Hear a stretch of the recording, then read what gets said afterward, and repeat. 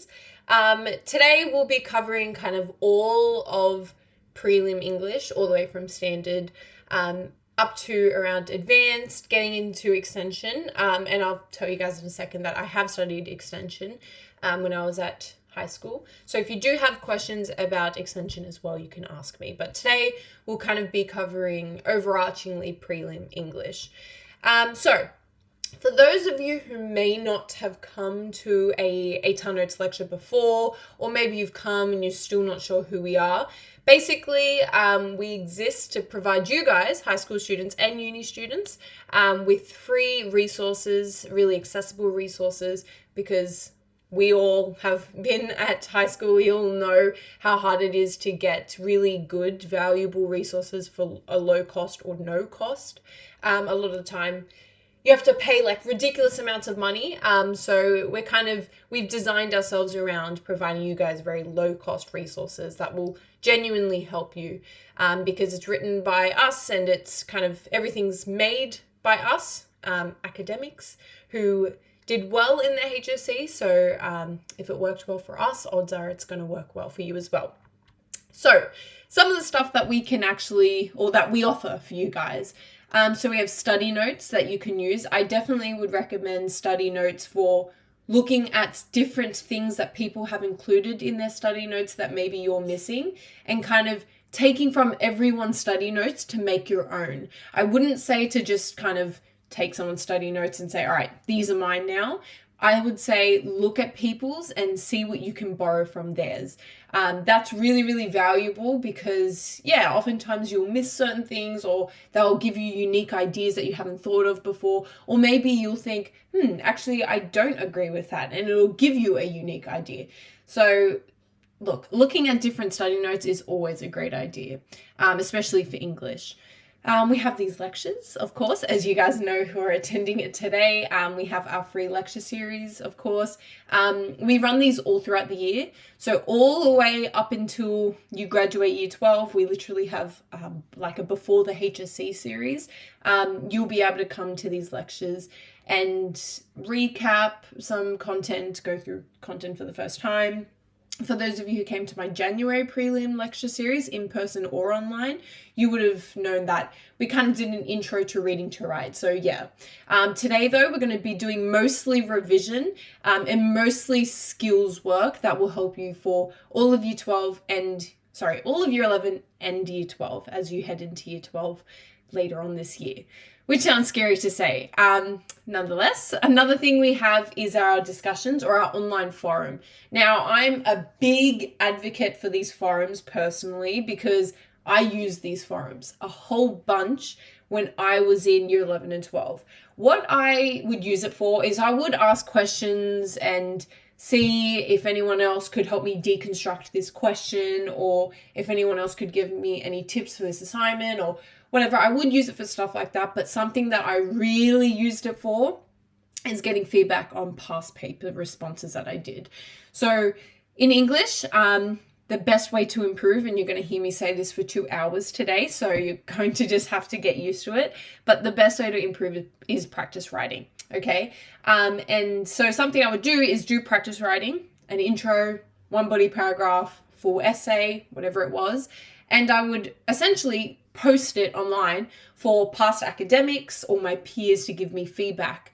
And they certainly did. And that was really, really helpful. Genuinely, that actually really helped me a lot. So I'm always going to be a ride or die for the forums. I'm always going to let that one be my favorite of all our resources because it genuinely helped me so much. So it's something that I really have to push because I genuinely can say it helped. But other things that we have is we also have our videos, we have our newsletters, we have an ATAR calculator, which I'm sure more and more as you go through year 11 and year 12, that will become something that you visit more and more. We have some articles. We have articles on English that are really helpful. We have articles on certain texts that you're studying, which are, again, really helpful. And we have heaps more. So I would check out our website, atarnotes.com/register. And we have, heaps of different free resources that you guys can access. My favorite, of course, being the forum. But they're all equal. But not to me. I like the forum the best. Okay, special thanks today for the universities that are sponsoring us and allow us to run these lecture series. So La Trobe University, the Royal Institute of Technology Melbourne, Deakin University, UTS, and Macquarie University. Big thanks to you guys for allowing us to run these lecture series. Okay, I haven't even introduced myself. My apologies. Hello, everyone. I'm Chloe Lee. We're going to get to know each other very well, or at least you're going to get to know me. I might get to know you through the questions that you guys ask me, but we're going to be spending 2 hours with each other nonetheless, okay? These were the subjects that I did in high school when I was in high school. And as you can see, I was a bit of an English fanatic. Yeah, absolutely loved English. So as I said, even though we're not going to be specifically covering extension topics today or things that are relevant explicitly for extension, if you do have any questions, and this goes for English studies all the way up to extension 2, ask, okay? Because I can definitely help you out. As well as that, I also did biology, legal studies, and SOR 2. Okay, I currently study at UNSW, the University of New South Wales, a Bachelor of Medical Science on path to postgrad vascular sonography. So I kind of switched from English over to the sciences, which was completely random and unexpected by a lot of my teachers, but is something that I did nonetheless. And that's a picture of my dog at the beach. I just thought I'd maybe throw it in there for you guys. And that is him sitting pretty, doing a nice little trick in front of the beach. Okay, so this is the game plan for the next 3 hours. This is what we're going to be tackling today. So I've kind of split it up into 3 content blocks, or 3 kind of chunks of content that we're going to go through. So the first will be all about critical analysis. Why have I chosen to focus on critical analysis? Well, it's something that I realize a lot of students struggle with, okay? This is from student feedback. This is also from my own experience in marking students' writing. And I'm not saying that students lack analysis. It's critical analysis that we want to build upon. I'm not going to go too far into that right now. We'll go into that when we get to that first content block. But after we do that one, we'll be looking at essay writing in particular, and then we'll go into multimodals.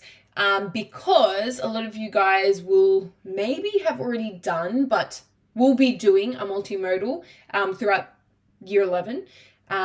I keep going to say this year, but year 11 is this year and year 12 is this year.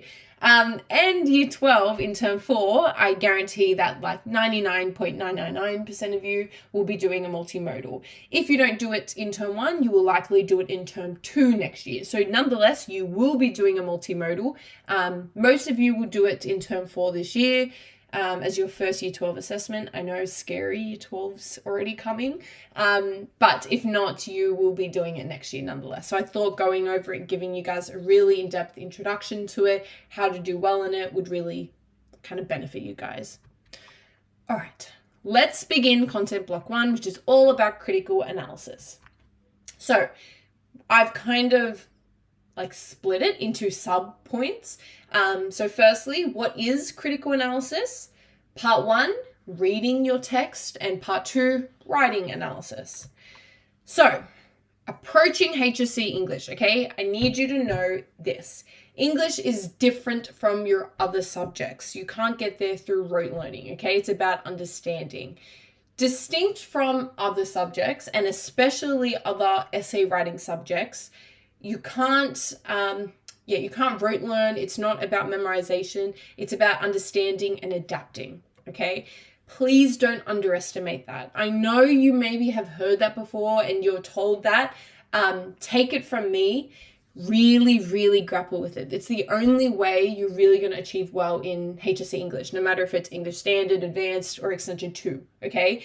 Does not matter. You need to understand. There is no, I'm going to memorize this, I don't know, this essay or this body paragraph, go in and, make it work. No, you need to have kind of a rough general essay that you can really bend to the question to show you understand, okay? All about application. For those of you that do legal studies or ancient history, modern history, business studies, those subjects in particular, the way you essay write for those, or write for your short answers is completely different to English. Okay, so please do not think, all right, essay subject or essayish subject, I'm going to treat them the same. No, English is very different. Okay, the point of HSC English is to get you to become a critical thinker, okay, that can creative communicators. You can gain personal enrichment from a love of English, literature, and learning, okay? Ultimately, hopefully what you're kind of starting to gather is that English is about you. I know that sounds really cliche. I know that sounds like, yeah, whatever, my market doesn't really care about me. No, that is true to the max. That is 1,000% true. English is about you. You will be marked on how authentic your piece is, okay? How unique it is.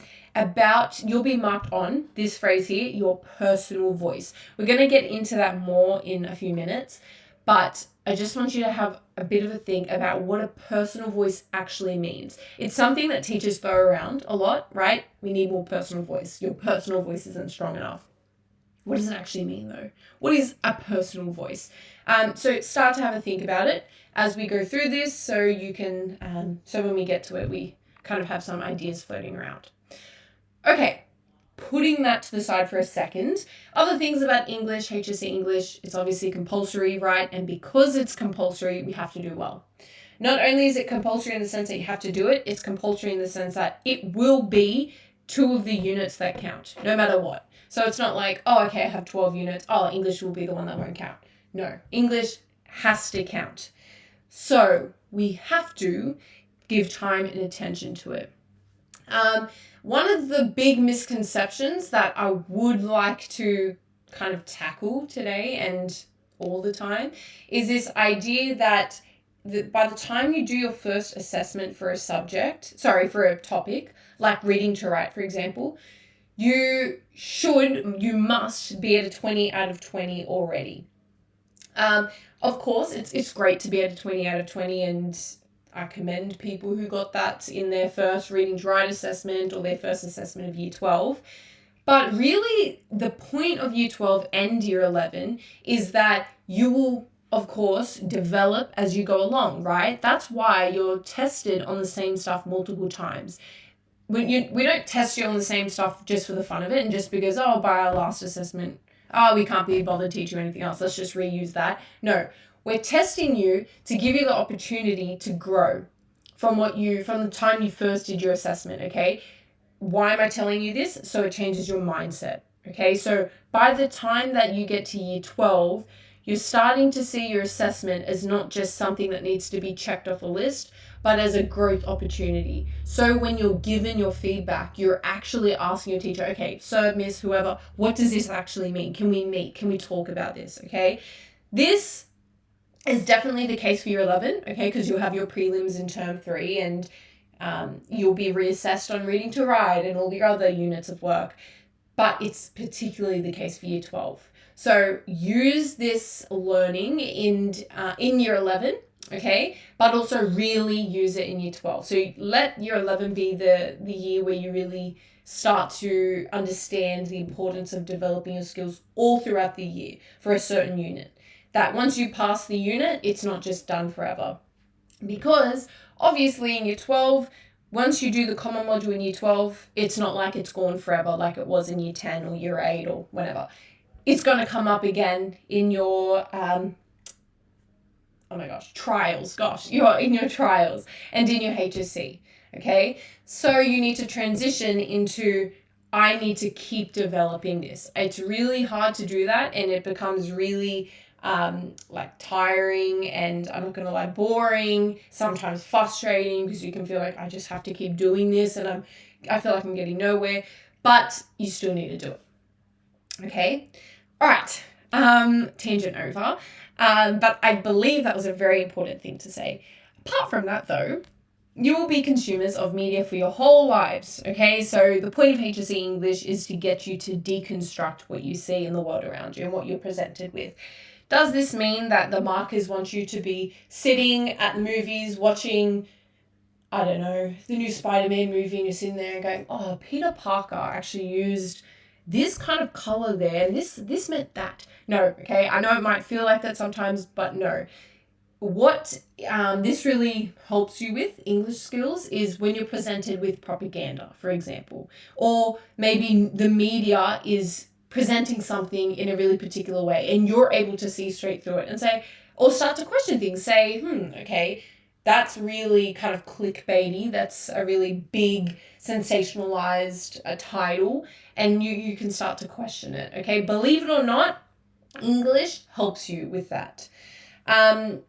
And English is the only subject in school where you get to play around with big ideas, okay? Big literary theories, big concepts, literally the most random of stuff. And have fun with that. Okay, so keep all of that in mind as you study throughout year 11. No one can do the work for you. You have to do some hard thinking about the syllabus concepts that we'll look at today, as well as the ideas in your text, okay? So, what does a good HSC English student actually look like? Well, it's someone that actually reads their texts. Yes, for those of you who have thus far gotten through English by looking at Spark Notes or Lit Charts or one of those, there are an abundance of them. But if you're one of those people, it's going to be really difficult to do well in the HSC. And I'm going to come back to why that is in a second. But for now, you need to read your text is what I'm trying to get at here, or watch your text, obviously depending on what form it is, right? If it's a novel, poem, film, whatever. It's also important that you have an opinion on your text. You need to ask questions about why what you are studying is significant. You need to read widely, and you need to write where possible to develop your personal voice. This is something I'm going to go on about in a second and annoy all of you guys with. So firstly, let's kind of lay the foundation with critical analysis. So as I mentioned in the beginning of this lecture, if you guys were kind of around and heard, maybe some of you have joined along the way, but I'll kind of recap. In both my student feedback that like I've heard from students about something that they struggle with, and something that I've been able to pick up when I'm marking students' writing is a lot of students analyze, but they don't critically analyze. Okay, so to analyze is to merely identify the components and the relationships between them, draw out and relate implications. Whereas to critically analyze is to add a degree or level of accuracy, depth, knowledge, and understanding, logic, questioning, reflection, and quality to analysis. Okay, the main idea there is that there's judgment. Now, when we say judgment in analysis, I'm not only asking for you to say, the composer has effectively done this, the composer successfully does this, the composer does this intentionally, the composer deliberately does this. No. What else has to do with judgment? Well, you talking about why they've chosen to speak about this issue or this idea, okay? Their context. You also talking about audience effect, the effect it has on you as the reader or viewer or audience member, whatever, okay?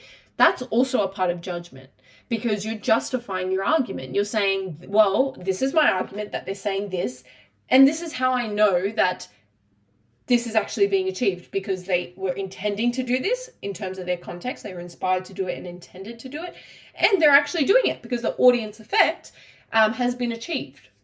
Okay, so keep that in mind. All right, so why do we actually analyze text though? Let's start with the groundwork. Firstly, to better understand the complex ways texts explore profound questions and ideas, to appreciate the details and nuances of particular characters, to see inventive and sophisticated use of language and how it contributes to the aesthetic qualities of the text, and to understand the impact of a text on its people and society, okay? I'm not just saying this to randomly say this. I'm saying this because these are the kind of things that you want to be connecting to in your analysis, okay? It reveals the impact of the text on its people and society, for example. So if you're looking at a given text, you want to be telling me what that impact is on its people and society at large, for example. Okay, my favorite. We're about to go into personal voice, and I can finally kind of explain everything that I've been hinting at so far. So, hold up, Chloe. What do I actually, or what do you actually mean by personal voice? What does it actually mean, right? Well, let's deconstruct this together. So far, you probably have studied a text in class, right? Discuss some of the common themes, some of the common experiences that the characters go through, some ideas of the text, and have been asked to write about these in some format. Okay, so write an essay about Macbeth. Most of you, or some of you, would have studied that in year 10, right? Write an essay on Macbeth. Talk to me about deception in Macbeth, for example, or make a website about it, make a poster about a video, etc. Okay, there are heaps of things that they can do. So your arguments and ideas would have likely been very similar to your peers, right? If I asked you to write an essay about Macbeth, I'm going to see heaps of paragraphs about, deception, trust, ambition. I'm going to kind of see the same stuff over and over. And that's fine. And that's what you would have done. Your evidence you used to support your writing might have been evidence you looked at in class, you found online, or otherwise it would be very commonly used evidence, okay? You may have expressed a very neutral opinion, and in fact may have not argued but explained your point. Okay, that's fine. That's what you probably, most of you, would have been doing so far. Okay, at least up until year 10. Hopefully we've started to transition out of this, but that's probably what most of us are familiar with. Okay, and that's fine because up until this point it worked. But now that we're a term down in year 11, and as we keep pushing through year 11 and to prepare ourselves for year 12, we need to change, okay? There needs to be a major shift in focus from articulating kind of these generic ideas that you and your peers, you and the next person are going to share in. I really want you guys to focus on articulating your own nuanced. What does nuanced mean? Complex, specific, particular ideas, okay? And your understanding of your text. If you haven't already noticed that there is that shift, we need to start noticing, okay? So what does that actually mean though, okay? These are really kind of abstract ideas. What the heck is a nuanced personal voice? What does that even mean? Well, as your marker, when I'm reading your essay, I want to see some different ideas from the person whose essay I just read. I want to see something different. That doesn't necessarily mean you have to be thinking, in Macbeth, this random theme is being spoken about that's not being spoken about at all. No, it's the way you look at ambition, for example. It's the way you look at deception, okay? My apologies to those of you who haven't studied Macbeth. Just know Macbeth is a play about deception and ambition, okay? So what I'm trying to say here is, even though you may still look at some common ideas or common themes, common experiences, whatever, it's the way you look at them that needs to be different. There needs to be some element of flair and difference that's captivating me, okay? As well as that, I need to see confidence in your writing. I need to see that you're comfortable articulating your point since you're arguing your own views on the text. A lot of teachers will tell you, and a lot of markers in general will tell you, it's very obvious to us when a student is kind of just writing off stuff they found on the internet or kind of copying a very generic idea and just kind of writing really generically. You might be thinking, okay, how does my teacher actually know that I'm doing that? Because we can tell you're not confident in the idea. Why? Because your idea is really similar to everyone else's, your argument's really similar, and your evidence is really similar. Okay, so it doesn't show any confidence to kind of stray away from everyone and say something really unique and powerful and profound. So another element of that personal voice is being confident, okay? Showing us you're confident by picking really weird, unique, random in the sense that it's different from everyone, okay? Not random as in it doesn't relate to your point. Pieces of evidence to support yourself. So I can already hear the questions being typed. Everyone's asking me, all right, Chloe, let's be real. How do we actually have a personal voice? So here are some things that you guys should do throughout year 11 to start developing your personal voice, okay? Before I actually talk about them, sorry, I'm going to interrupt myself. I want you to really, really, really use year 11 as the time where you're developing your personal voice, okay? Yes, of course, try your hardest in year 11 and do everything, but really, really, really focus on developing your personal voice. That should be, hopefully, everyone's big goal in year 11. Why? Because it'll pay off in year 12. You don't want to be a student that is trying to figure out what a personal voice is, how to make it work, what your personal voice is, how to strengthen your personal voice in year 12. Of course, that doesn't mean by the time you enter term 4 this year, you're going to be like, yep, I have the best voice. When I write, I'm, the best of the best. No, that doesn't mean that at all. But you want a personal voice, okay? So how do you actually develop it? Firstly, be a student who engages in class discussion, okay? If you're someone that does that and you still feel like you don't have a personal voice, not just class discussion that's important. I really want you guys to recognize the areas of discussion that you possibly disagree with your peers or the areas that you find interesting personally and would like to explore. So when you're having a class discussion about whatever text you're studying, right? Let's say The Handmaid's Tale, because some of you guys will study it this term. Or some do next term and switch it, but nonetheless, let's say you're studying The Handmaid's Tale. If someone says something about The Handmaid's Tale, like a friend of yours or someone in your class, whoever, puts a hand up and says, oh, Miss Sir, I think this about The Handmaid's Tale, and you're sitting there and you're going, actually, I didn't think that when I read The Handmaid's Tale. I actually thought it was this. Hold on to that, okay? Really, really fixate on that and focus on that. Why? Because that's something that's unique. That's something that starts to allow you to have a personal voice, because it means that in some way you're different to your peers. That doesn't make you wrong or them wrong or whatever. It just means that you have different ideas from everyone else. And really focus on that, okay? Or you could do that, or also think about areas that you actually find interesting. Now, these could be areas that you and your peers agree on. You don't have to be that person that always goes against the grain and always tries to be different from everyone else. No.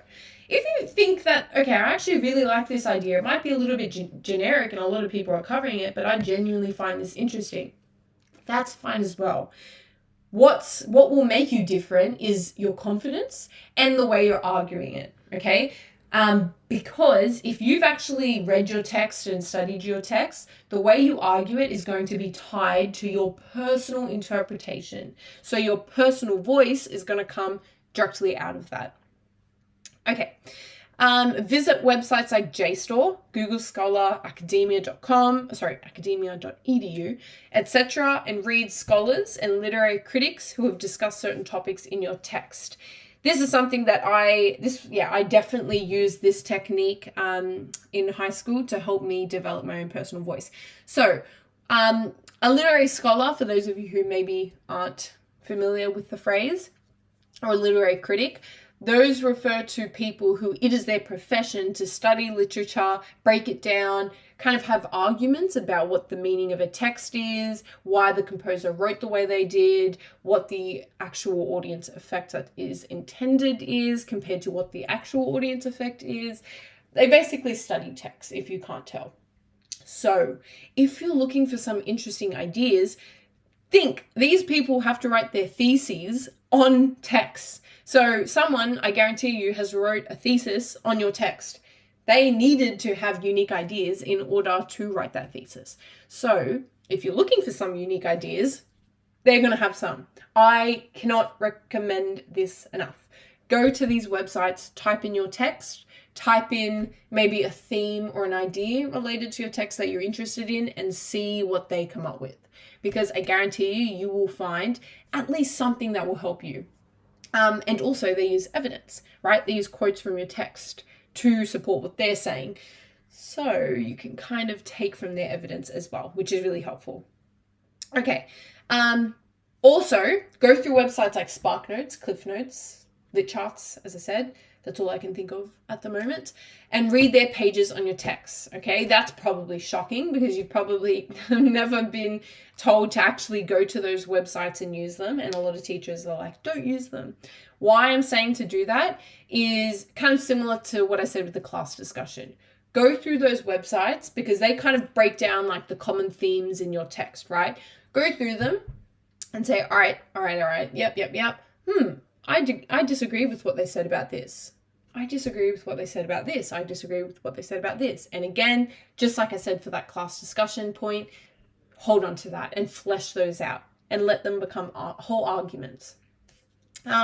Read other people's unique ideas, perhaps in essays you can find on the 800 Notes websites, people's past essays. Again, a bit similar like to this point here.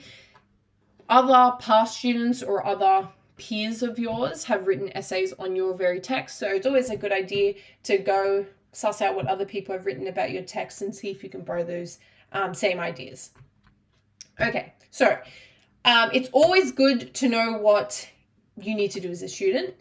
It's arguably better at times to know what I need to do as a marker, because then you know, all right, if my marker needs to do this, I'm going to do what they're looking for so I can, achieve better results. So this is what I'm looking for.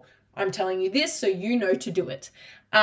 Firstly, I'm looking for whether a student has their own personal voice in their writing. I'm waiting for someone to wake me up.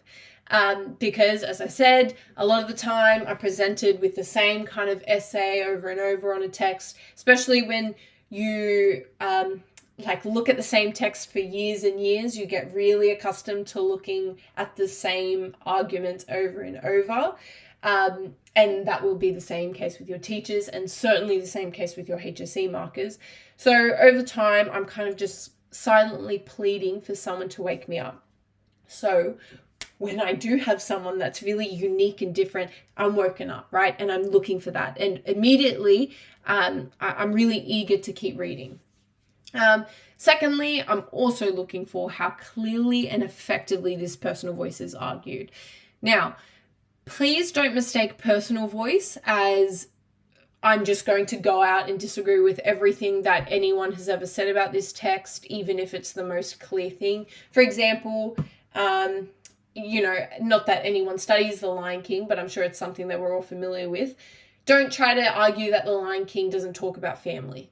Okay, that's what I'm trying to say here. If there's a text that you're studying and it's very evidently talking about a certain idea, don't try to say that, in fact, no, it's not talking about this idea just for the sake of it.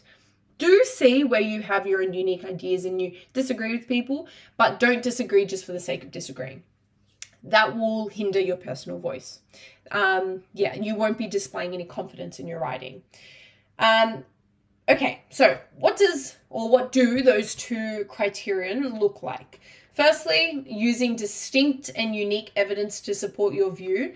I would expect that if you've read the text and you have unique ideas that you're confident in because you read your text or watched your film, whatever, I would expect that you would have unique evidence as well, right? Because you know the entirety of your text. So I'm looking for evidence that I don't see over and over. Okay, things that are different. Things that were maybe, again, a bit random in terms of everyone else's evidence. It's a bit random from everyone else, but it supports your unique idea really well. I'm also looking for multiple pieces of evidence. I'm looking for those who diverge from common perspectives on the text in any way. So this could mean having a completely different argument, or again, as I said, having a really common argument, but it's argued in a really unique way. Okay, so yes, you're exploring, family for The Lion King, but the way you're looking at it is different. Fully articulating your perspective with flair and confidence. If it is your opinion, you should be able to write heaps about it, as I said. Okay, so it's all right if, as I'm saying this, you're maybe kind of thinking, oh my gosh, I don't really know what my personal voice is. I don't really have a personal voice yet. I haven't really experimented with a personal voice. Am I going to fail and crumble? No, okay? Don't stress too much. As I said, let year 11 be the growth year. Let it be the year that you really develop your personal voice. Because as I said, but actually I'm not going to try and go back to the slide. It'll be so far away now. But as I said, in year 10, you were not used to using a personal voice, right? Odds are your teacher didn't really focus that much on a personal voice, and that's fine. The idea of year 11 is to develop these skills. So do that, all right? So actually use year 11 as, your confidence building year, so you can really aid yourself when you get to year 12. Just remember what a personal voice is throughout this year, its importance, and how you're going to be assessed on it. This stuff. For now, don't worry too much about actually writing your personal voice. Just focus on starting to develop one. So engage in class discussions, read others' unique perspectives, whether that be on an academic website like JSTOR, or if it's going on atarnotes.com and looking at a past essay response, okay? Whichever. Okay, so as you do more and more writing, right, as we start to get into term 2 now, and then term 3, and then HSC, ensure that you continually are asking for feedback. This is really, really, really important, okay? It's really important because how are you going to know if you're doing this? Well, you can kind of mark yourself maybe, but the best way is getting feedback from your teacher, your tutor, your siblings, maybe who have done the HSC. That's the best way you're going to know if you're actually strengthening your personal voice. Remember that personal voice and how effectively you can support it with textual evidence is the number one thing that your marker is interested in, okay? So it is critical that your personal voice evolves throughout the year. So this is kind of the hierarchy that we want to be following through year 11. So starting from kind of what we want to start with as we study our text throughout the year and year 12, and where we want to build up to.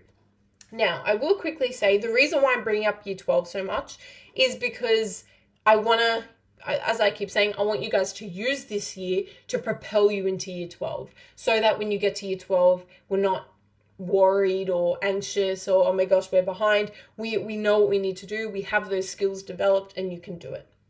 Okay, so firstly, you want to read and view your text and begin to deconstruct the main ideas yourself, right? That's what you do immediately when you read or watch your text. Then you engage in class discussions. So that's where you're exposed to new ideas, or you may be forced to kind of defend your own, which is always fun. And through that discussion, you kind of strengthen your own ideas. Then you want to develop your notes for your text on the main ideas and themes in your text. And then begin to do practice writing. This is something else that you likely have not done yet in year 10 or maybe in your first term of year 11, okay? You maybe haven't really done a lot of practice writing. Start to do more of it. Because in year 12, you're going to have to do heaps of it. So build up to it. So by the time you get to year 12, it's not so difficult for you to sit down and say, all right, I'm going to do a 20 mark response. And that's something that a lot of students struggle with because they haven't built up to it. So start doing more and more practice writing. What does that mean? Finding another question that someone did online, like as their assessment. So let's say I'm in term 2 of year 11 again, and I'm studying The Handmaid's Tale. I'm going to go online and look at someone's past assessment that they did on The Handmaid's Tale, grab their question that they got asked, and write my own response to it. Give it to my teacher and say, hey miss, hey sir, whoever, can you please give me some feedback on this, specifically my personal voice. Do I have a personal voice? Is it strong? What are you feeling about it, okay? That's what you want to start doing. So yeah, next step is actually hand it in and receive feedback on your practice writing, and then you want to apply your feedback and continue to do more and more practice writing.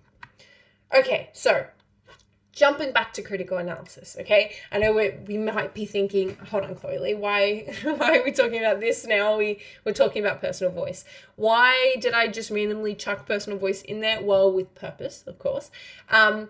Because critical analysis comes from personal voice, as you can see, okay? You need to have your own ideas, and then you need to analyze them. You can't be critical if you don't have your own ideas. You can't be confident confident unless you're critical, because there's nothing to be confident about if you're just kind of explaining ideas. So what is not critical analysis? Let's cover critical analysis by first defining what it is not. So, firstly, critical analysis is not just using quotes to describe the general events of the plot. This is something I see a lot of when I'm marking student responses, particularly in year 11. I don't want you guys to just, describe the events of the plot.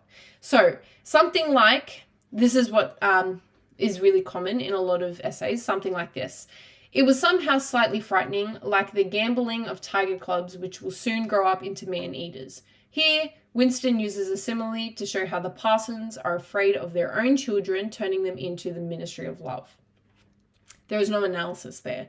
There you're literally just telling me what's happening in that quote. I don't want that, okay? I don't want plot retell. Or if you paraphrase what's in the quote. So here, if you use quotes to describe the events of the plot, this is you just using a quote to literally describe what's happening in the scene. I don't want that. You have to assume that your marker has read your text or watched your text.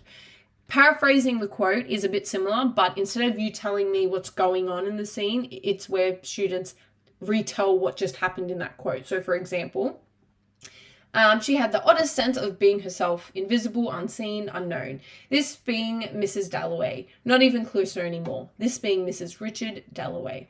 Clarissa feels that as she has aged, that she has become invincible.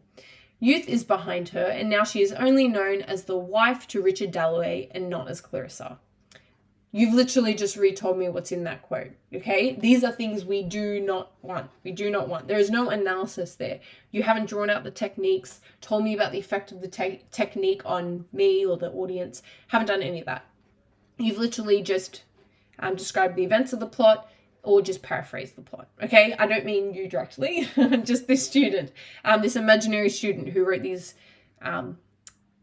analysis, which are not genuinely analysis.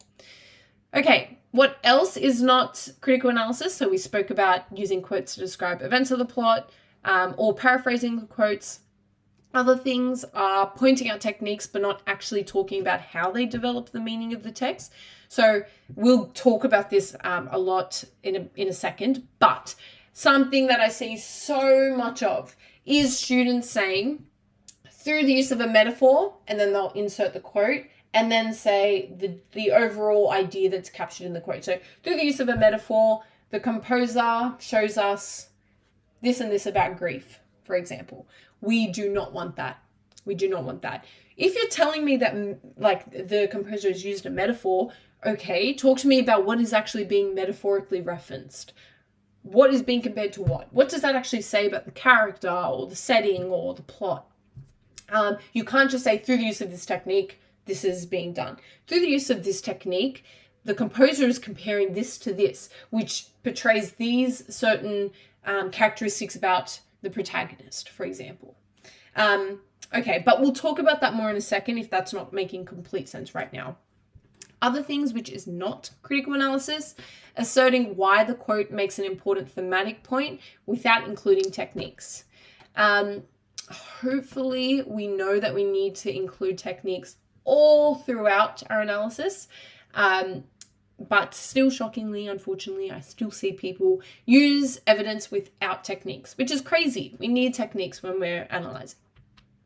Okay, so these are our components of analysis. Now, I'm really hesitant to give you like a specific structure in analyzing, as in, firstly, conceptual argument, secondly, quote, 3, technique.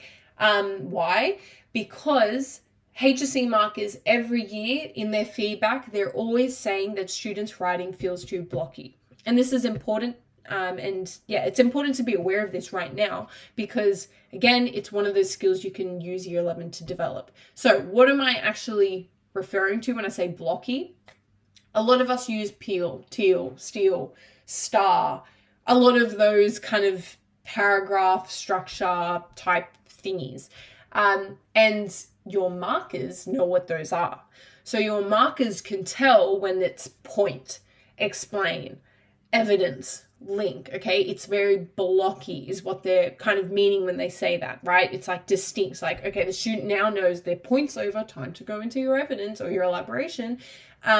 They don't want that. What they want instead is kind of, those kind of things that are covered, but it's very cohesive and everything flows into each other.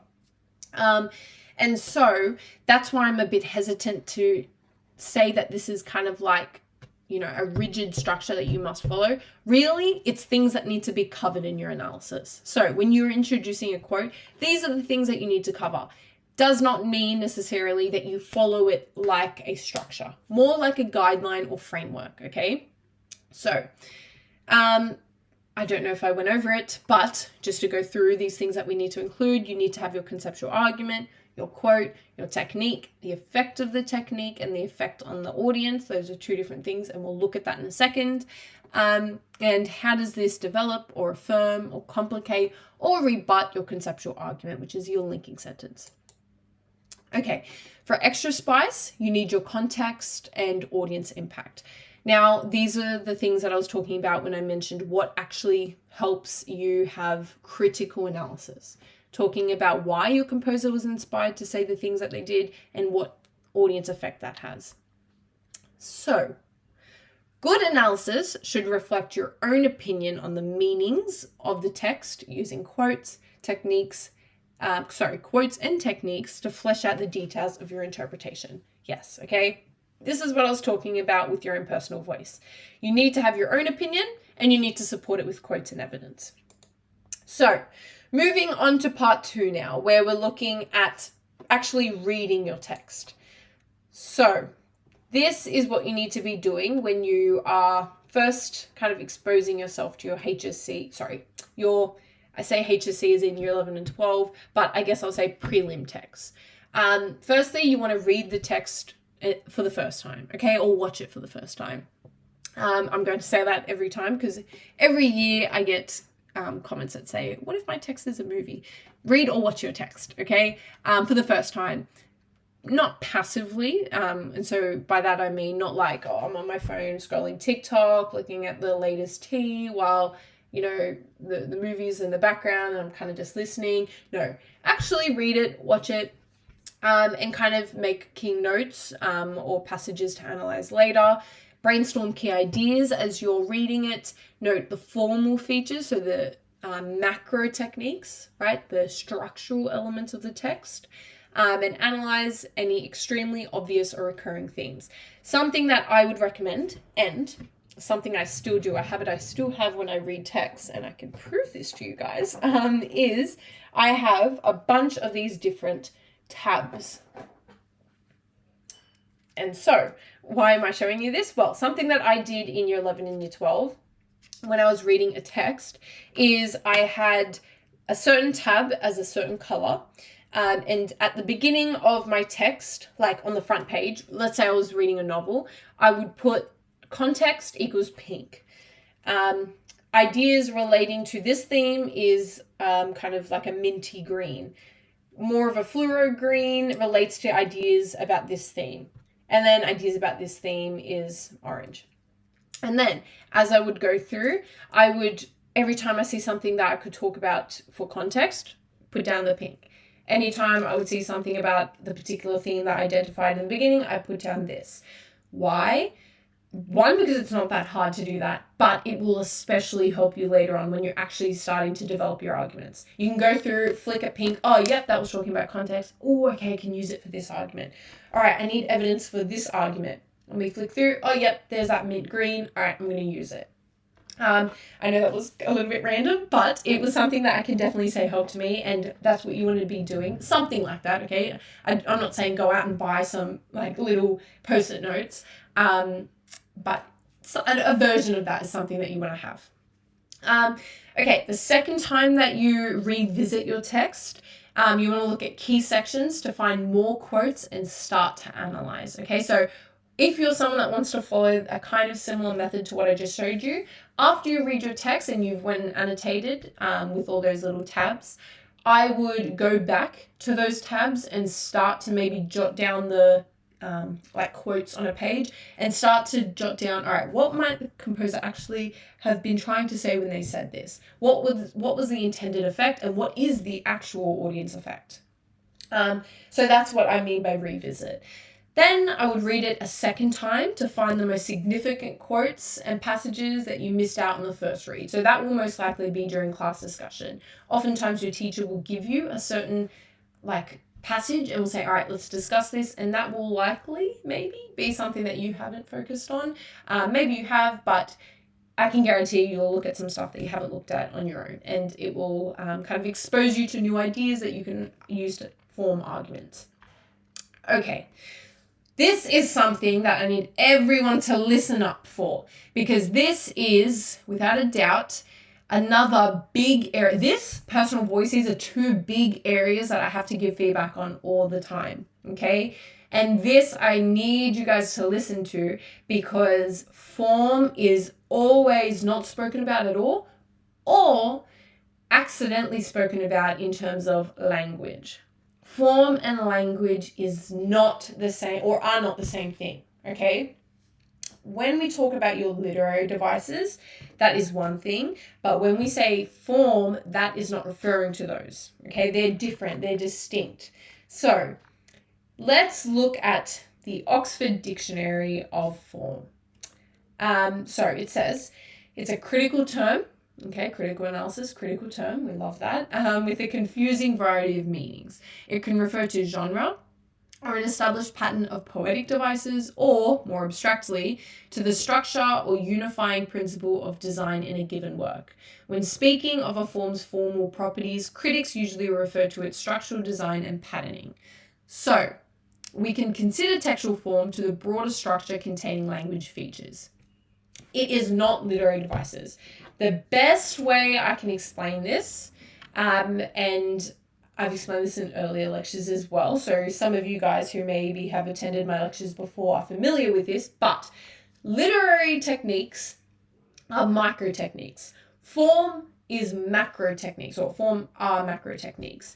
What does that mean? Well, think about when you're reading a novel, and on page 21, there is a line that says, she was as fast as a tiger. Okay, that's a simile. It was on page 21. It was just in that one line there. Can highlight it. All right, it's just on that one page, just appeared once. Okay, that's a micro technique. It only appeared once on that one page, didn't mean anything else. That's it, micro. Macro, obviously, as you can probably guess, is different. It's all throughout your text. So things like setting. Setting is it's sometimes, most of the time, revisited in your text over and over. And sometimes it's treated or portrayed differently to show you an effect. But nonetheless, it's revisited. So it's not just on that one line, on that one page, once in a text. It occurs all throughout your text. Macro technique. Other things that relate to form, things like characterization. Okay, characterization refers to the way your character develops throughout the text. There's direct characterization and indirect characterization. Indirect characterization would be where the character doesn't comment on how they've changed, but we know that they've changed through their actions, their thoughts, their words. Direct characterization is obviously then where the character turns around and says, oh my gosh, I used to be so different. Now I'm like this. Okay, that's direct characterization. Nonetheless, characterization happens all throughout your text, right? It's the way your character develops. It's the way, I don't know, what's a character from a text? I'll go with Spider-Man again. It's the way Spider-Man goes from lonely Peter Parker who's all alone to Peter Parker who's Spider-Man and really fun and whatever. That's characterization, okay? Happens all throughout your text. Costuming can be a part of characterization for a film because it usually happens across many scenes. The structure. So if your text is split into parts, if it has 3 parts, it's called a tripartite. 3 parts, tripartite structure. If for poetry, because a lot of you will study poetry, if it's iambic pentameter, iambic tetrameter, all the different types of verse, if it's free verse, if it's verse, prose, those kinds of things. I'm trying to think of other things that would be for the macro techniques, okay? Now, why am I telling you this? Because in your writing, we want to see you grapple with form and literary devices. So, setting, right? As I said, is an element of form. Talk about what the effective setting is. And then when you give me examples of setting in individual quotes bring out those micro techniques in those individual quotes. So even though you're looking at the big form element that is setting, you still have those micro techniques, okay? You're combining form and your literary devices together. So, here are some more elements of form. So the chronology or linearity of a text, so if it has kind of time jumps, or if it's just in chronological order, the narrative, perspective, epigraphs, the camera angles, the height, depth of field for a film, for a play, it's a separation of the acts, so structure, stage directions, costuming, monologues, soliloquies, heaps, okay? I'm not going to go through all of them, but form is the macro technique, so you need to think of it like that. Now, literary devices, hopefully we all know what those are. They're different, as I've been kind of trying to say. So how do we identify techniques? Well, when you have a quote, you want to try to identify those easy techniques first. So things like tone, repetition, pronouns, tense, okay? You want to, in every piece of evidence, try to have at least 2 techniques, okay? And this will be really easy because a lot of the time you'll see that techniques work together. Very rarely, unless you have a very short quote, will you just find one technique in a quote. Usually, you can talk about many things that are working together, like a moving car, right? There are many moving parts to make a car move, to have an audience effect. It's the same idea. Many moving parts to make a car move, many moving parts to have an audience effect. This is especially the case with imagery and symbolism. Whenever you talk about imagery and symbolism in your essays, or any multimodal poster, video, whatever you have to do, you need to have techniques that are constructing them. So if you have imagery, what's constructing the imagery? Is there a lot of stream of consciousness? Is there a lot of violent figurative language? What's going on? What's constructing the imagery? Same thing with symbolism. What's constructing the symbolism? Okay, is it a metaphor? Is it a simile? What is it? Nonetheless, the main idea that I want you to focus on here is that techniques work together. So you should argue it like that this metaphor used in conjunction with, polysyndeton constructs really intense naturalistic symbolism about whatever. I would have to critique myself there though, because I didn't talk about what the metaphor is, what the polysyndeton is, and what the effect of each of those are, and then how it constructs, the naturalistic symbolism. Be as specific as possible, yes, and that comes down to talking about each individual technique still, even if you're talking about multiple. However, don't try to pick out heaps of techniques. A lot of teachers will refer to that as making a shopping list when you have too many techniques. I would say probably 2 to 3 is a good amount, and you need to make sure you're talking about how they're working together. As I've kind of said consistently, read quotes that are against the grain. So don't try to look for kind of like the same quotes that everyone else is using, as I've been mentioning. Look for your own unique quotes. Look for how the quote might be meta. So what this means is metafiction. Metafiction is similar to breaking the fourth wall, but a little bit different. So if we have a metafictive text, it's basically acknowledging its own fictionality. It's acknowledging that it's fiction, that it's a text.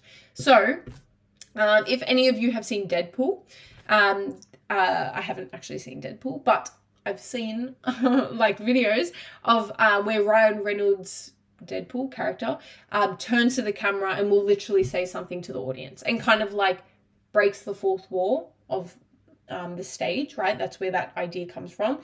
There are 3 walls of a play, and then the imaginary fourth one where the the audience can't see in, but they can. There's that imaginary fourth wall. When you break the fourth wall, you're acknowledging that the audience can see in, okay? Metafiction is kind of like that. You're acknowledging the fictionality of the play, any text, okay? It doesn't just have to be a play. So examples of that could be if you've ever been reading a text and the text, like the narration literally says, reader, and addresses the reader and talks to you directly. Okay, that's metafictive. Or if it says, in this story, like things where it basically addresses its fictionality, okay? That's metafiction. And then we want to link analysis to purpose, right? To context, as I've said all throughout. Okay.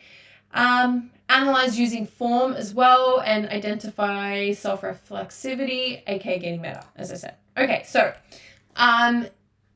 highly sophisticated analysis. What does that actually look like? So let's look at this technique. Let's look at this quote together and start to look at some of the techniques that we can deconstruct.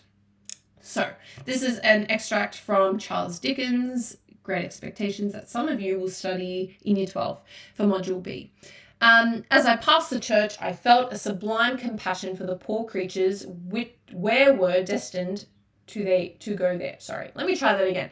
As I passed the church, I felt a sublime compassion for the poor creatures who were destined to go there, Sunday after Sunday, all their lives through, and to lie obscurely at last among the low green mounds. Sorry, that's my own typo there. It's supposed to be who were destined to go there.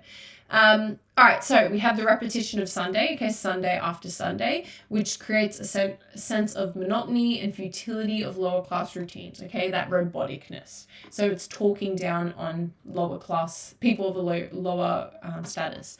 We have euphemisms, okay, that idea of Sunday after Sunday.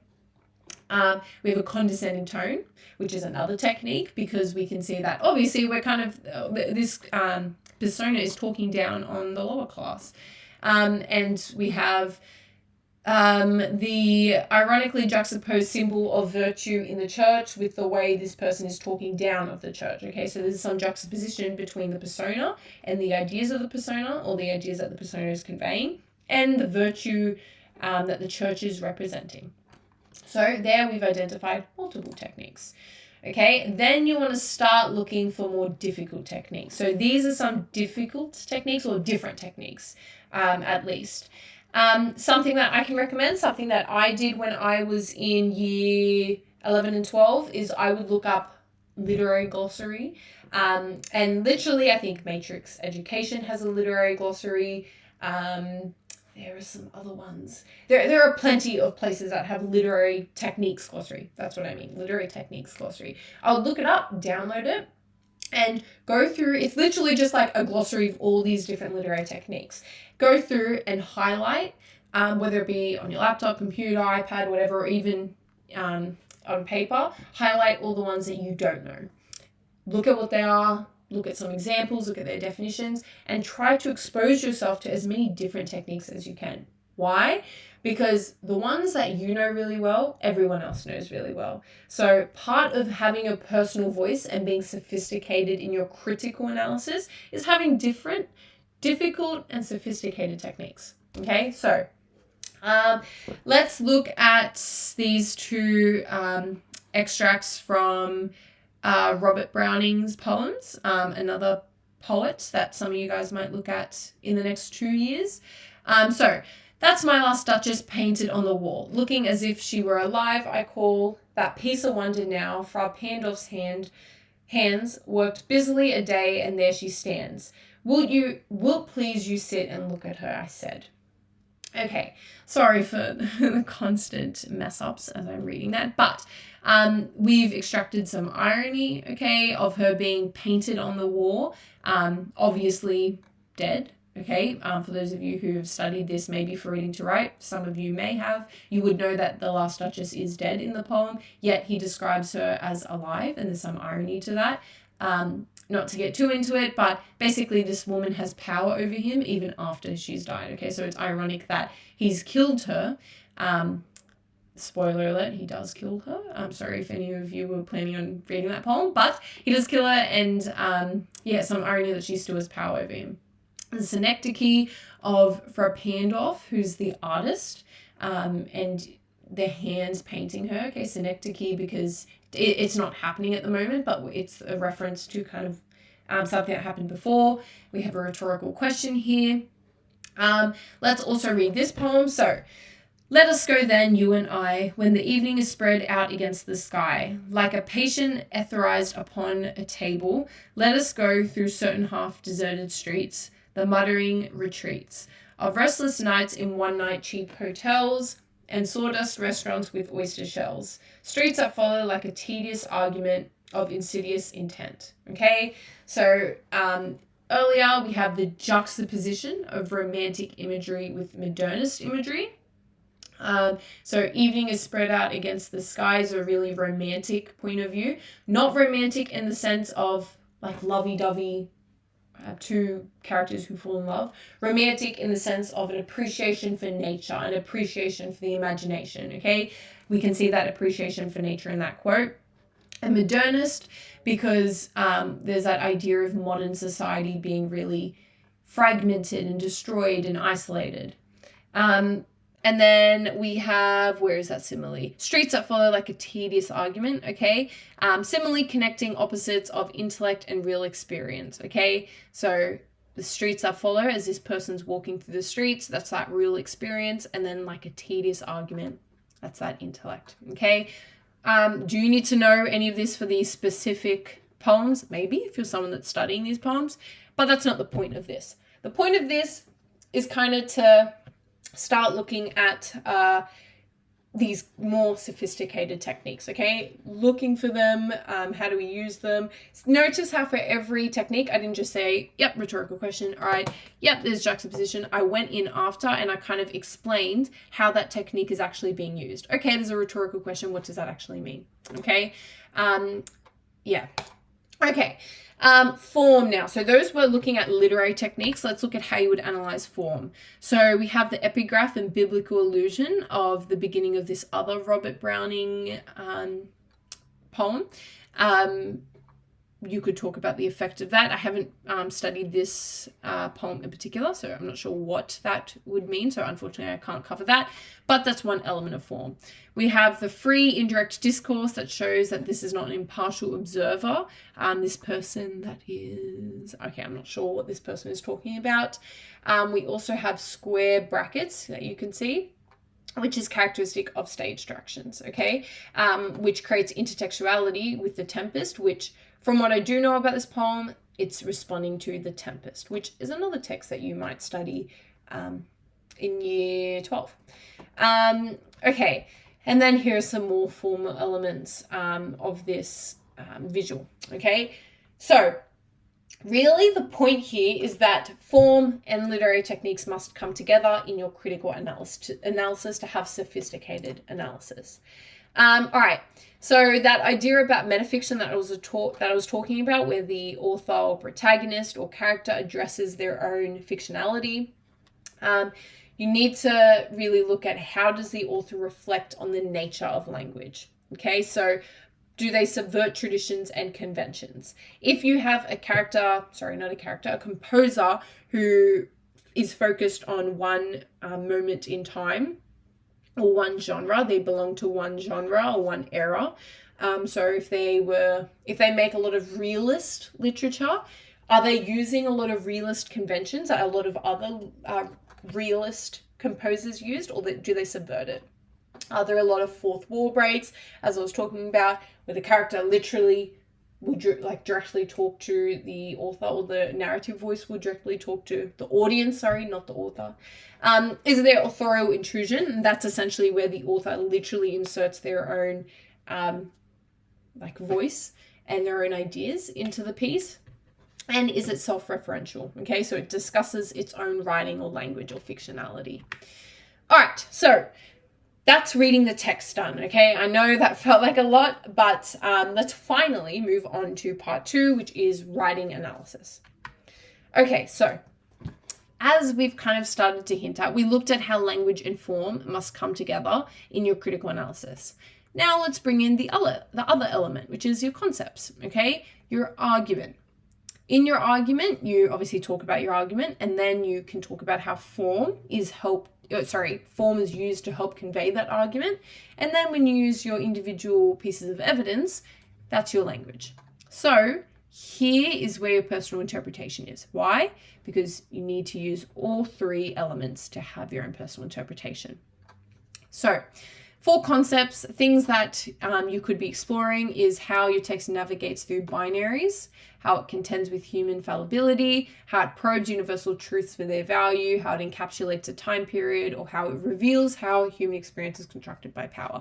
Those are all random. You could have your own, but really what I'm trying to convey is that you also have concepts. Okay, coming back to this paragraph structure. So I'm going to actually let you guys read this on your own with me, and then I'll give you guys like 20 seconds to read it, and while you read it, I'm going to have a sip of my coffee, just because if I read this, my voice will probably disappear in 5 minutes. So let's read it for like 20 seconds and then kind of talk about it.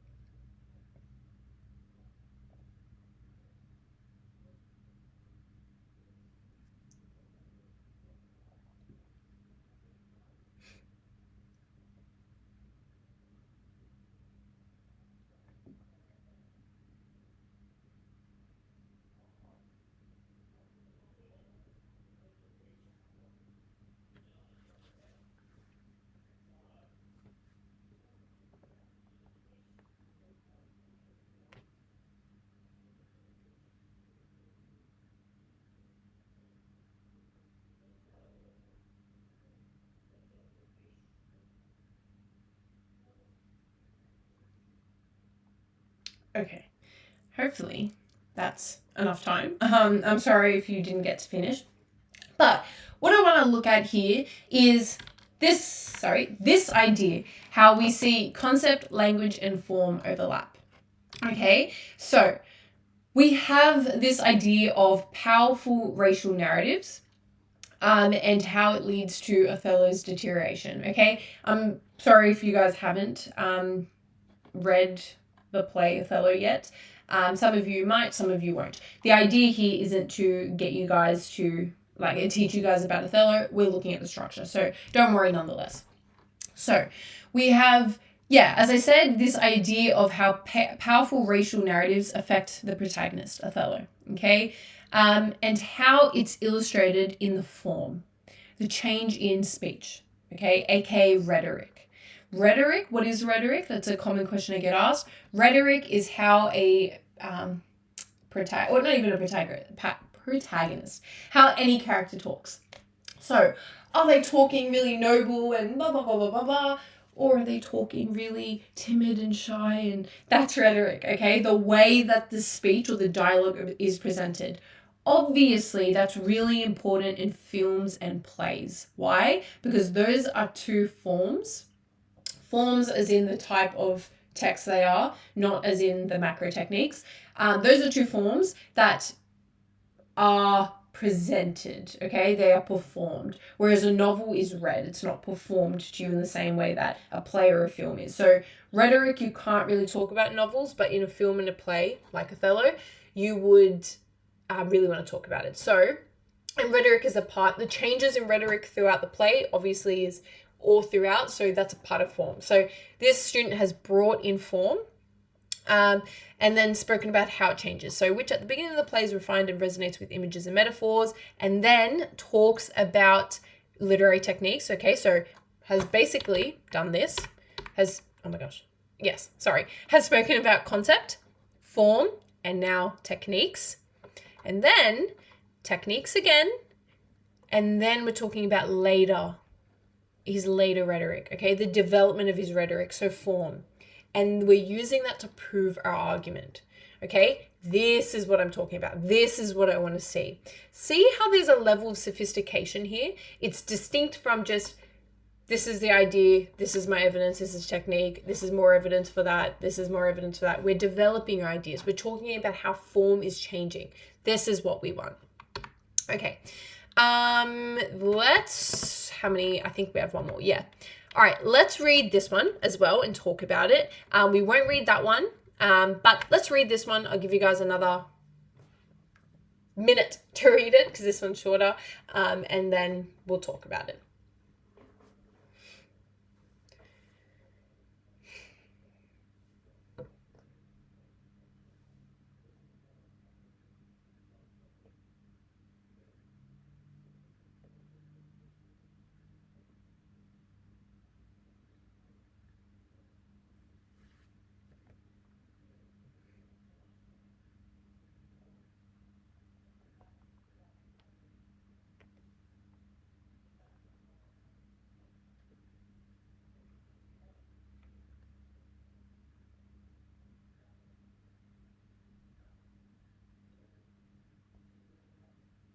Okay.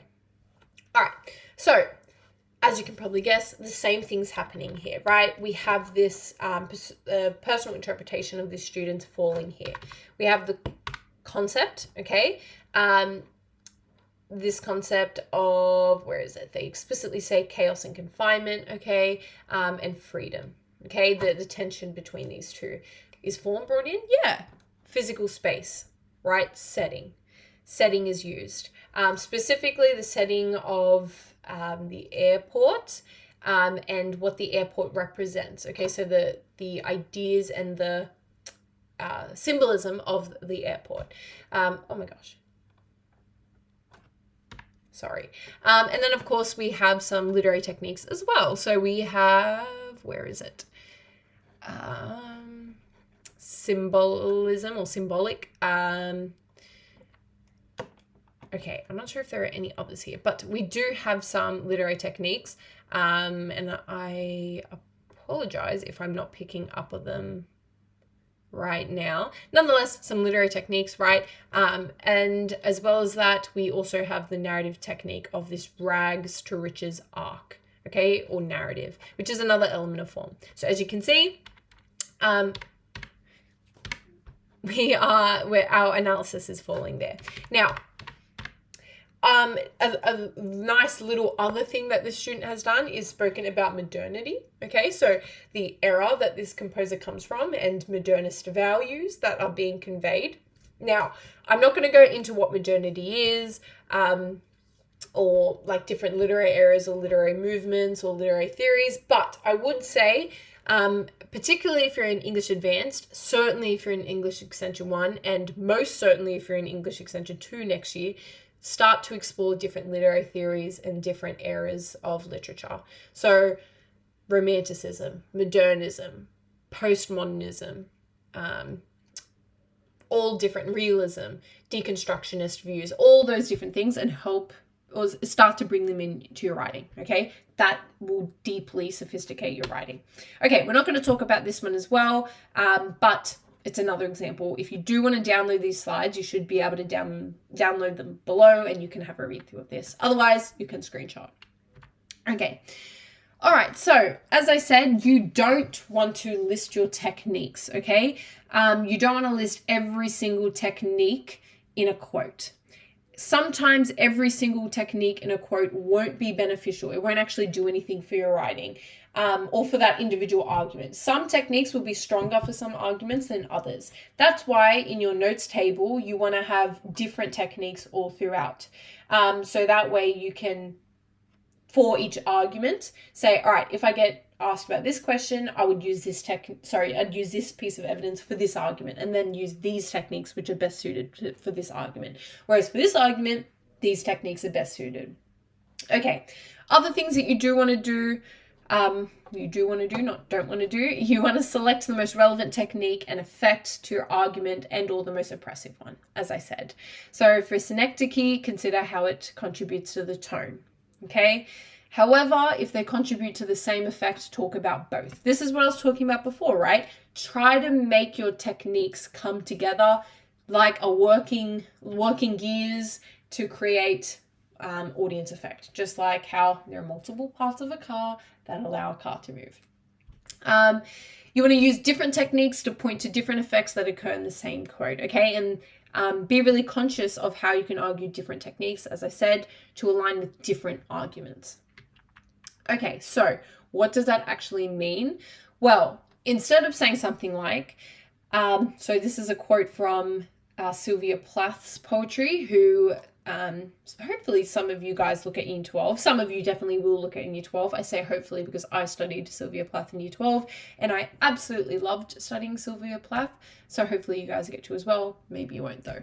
But nonetheless, this is piece of evidence from one of her poems. So, a sort of walking miracle, my skin bright as a Nazi lampshade. Here, Plath uses imagery, illusion, metaphor, and enchantment to convey the cruelty that characterizes the suppression of her identity. That's not what we're going to do, okay? You're literally there just listing quotes. Instead, we want something like this. A sort of walking miracle, my skin bright as a Nazi lampshade. The lineated my skin evokes a disembodiment from her own identity, heightening her audience's understanding of the objectification and depersonalization of a woman's identity. Such depersonalization is rendered violent in plas-perturbing metaphor, which alludes to the cruelty of the Holocaust. Okay, for each of those techniques, we've went through and we've spoken about what each one is to create one overarching effect, not just, this is what I was talking about before, right? In the very beginning. Through the use of these techniques, this is done. We don't want that. See how this is more sophisticated? This is what you want to work toward. Okay, you don't want to just simply state an effect on the audience without actually explaining what it is. You do, however, want to explain the audience effect and explain how techniques create a certain audience effect. So take the step to concisely explain the technique before giving the effect and do not list. Separate the effect into a new sentence. Consider the audience impact directly. So you want to say things like, this disorients the audience. This frustrates the audience. This positions the audience to want to do this. That kind of language I'm really hoping for when I'm reading your work. And remember, you are the audience. What emotional reaction does the text cause you? How does it make you feel and think about the world? Okay, so this is the structure you want to follow for your analysis. Again, I'm really hesitant to say structure because I don't want you guys to follow it as rigid as this. You can put your technique before your effect. You can talk about your effect of the technique before you've even introduced your evidence. Completely up to you. Again, guidelines, right? You want to follow these different elements in you want to make sure your piece has all these different elements. So actually, I haven't even went through them. So first you want to introduce your evidence. Okay, not first. One of the things you want to do, obviously, is introduce your evidence. Then talk about the techniques present in your evidence. Then talk about the effect of each individual technique. You're talking about symbolism, what's being symbolically referenced here. You're talking about metaphor, what's being metaphorically referenced. You're talking about polysyndeton, where is a polysyndeton, what is it doing? And then effect of the quote. So effect of the technique and effect of the quote is different. How or why? See how we spoke about synecdochial, I'm always going to struggle with that word, and spoke about what the effect of that is. And then it contributed to the overall depersonalization and the cruelty of the Holocaust. Okay, so we had individual analysis of just that technique and how it kind of related to the overarching point. We're going to look at more pieces of evidence of that though.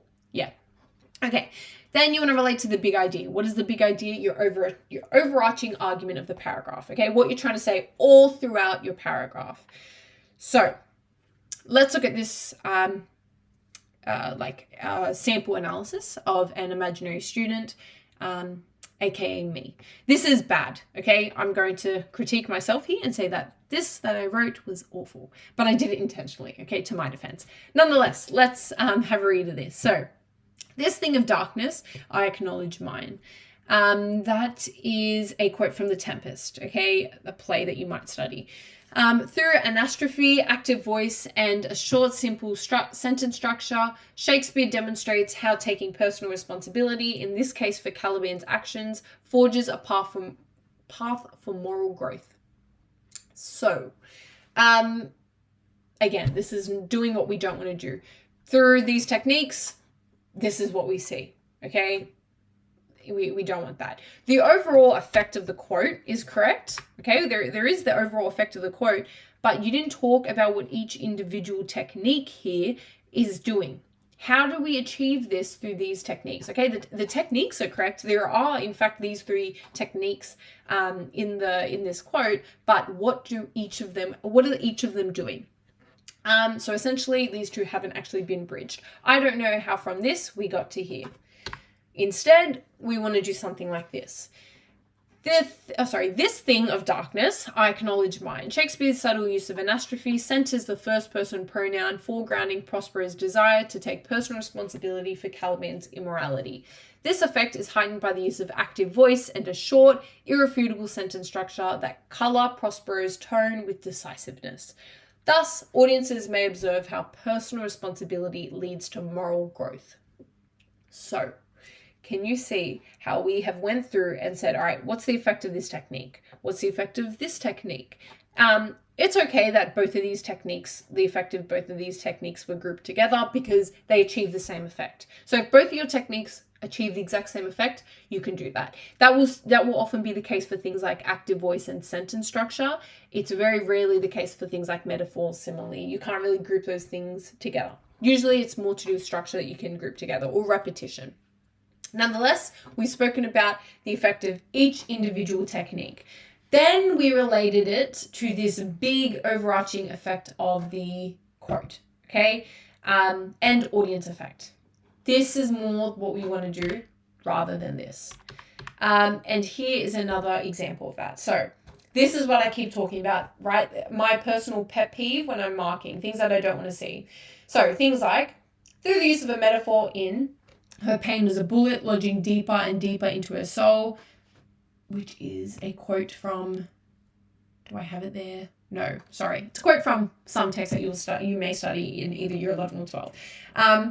The composer demonstrates the theme of hardship as he figuratively states the adversity of the protagonist.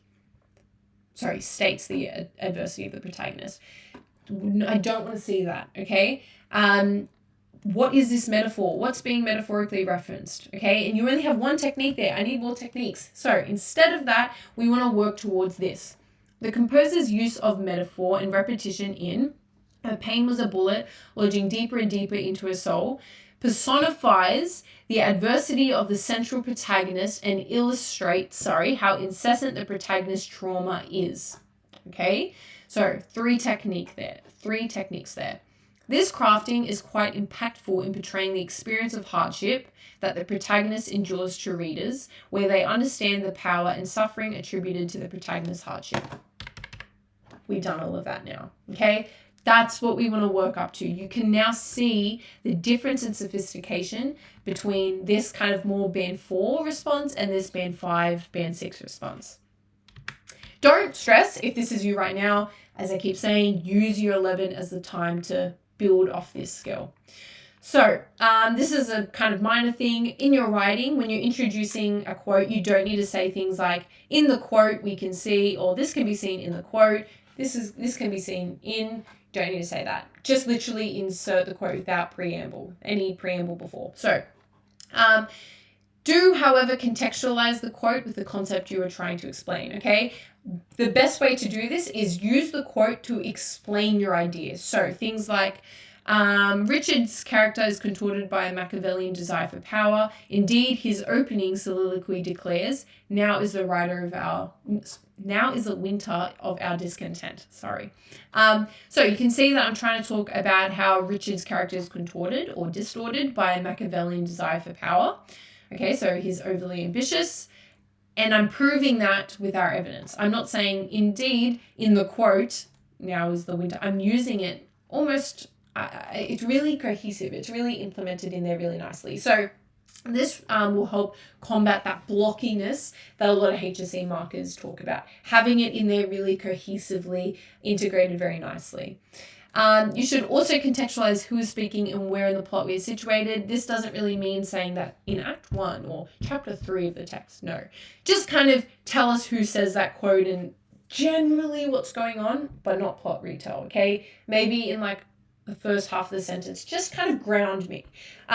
Because sometimes if you are using a really different quote, which we like, but sometimes because it's not such a common quote as your marker, I can kind of be like, all right, who actually said this again? So just tell me.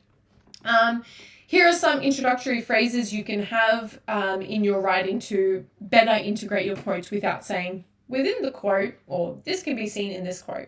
So you can say things like, such a notion is epitomized by the protagonist's, soliloquy, and then insert the quote from the soliloquy. This is visualized in the protagonist's dialogue. Insert the piece of evidence from the dialogue. This is encapsulated by blah, blah, blah. Prospera's soliloquy, for example, captures this idea in this quote, whatever.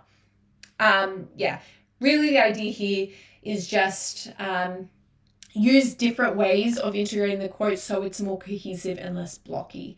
You will develop your own style by reading sample essays and writing your own. So take from sample essays as you write it. Okay, so let's have a look at this now. So I will read this one. So it's no longer a magic staff, it's only a wooden stick. Felix upends the motif of the cane as a representation of the power of the theatre through reducing the symbolism of the cane to its mere metonym. This is further emphasized through his dismissive tone, where he finally rejects his performance and becomes liberated from his own performance of grief over the loss of his daughter, unshackling himself of the constraints of his self-imposed prison. That's... wow. If you're thinking, what the heck just went on? So am I. So don't stress. Let's have another read of that sentence together. This is further emphasized through his dismissive tone, where he finally rejects performance and becomes liberated from his own performance of grief over the loss of his daughter, unshackling himself of the constraints of his self-imposed prison. Wow. There's a lot happening there, and not in a good way. Firstly, yeah, it's super imbalanced. And why am I saying this? Because that's what I see when I tell students to do this. They try to put all of it into one sentence. No, this is what happens. Oh my gosh. Sorry. No. Yes? No. Sorry, I shouldn't go back. This is what happens when you try to integrate that all into one sentence. It's too much. Each sentence should have one main idea. There's just way too much going on here for me to even follow. Another thing you need to keep in mind is in prelims, this might happen, but this will certainly happen in the HSC. Again, I know we're not at the HSC yet, but we are approaching quicker than you may think. So it's good to start to have a think about it nonetheless. But your HSC marker isn't going to read your essay more than once. So your teacher might go over it, and then, oh, okay, that's what she meant, that's what he meant. Your HSC marker is not going to do that, okay? Your HSC marker is going to read it once, they don't understand it, too bad, I'm going to go on to the next essay, okay? It sucks, but it's the truth. So if you're someone that writes like this and you're not clear, your marker is not going to catch up. They're only going to read it once, they don't care. So what's the issue with this? Obviously, there's way too much going in the sentence. It needs to be broken up into each individual part. I'm not saying following this structure, but these parts need to still be in there, just separated from each other, so it's clearer for your marker to read. Also, it's a bit repetitive. We're talking about becoming liberated from his own performance and his own entrapment, and then we say it again, of his self-imposed prison, okay? We keep saying that. Not necessary, okay? So we want this instead.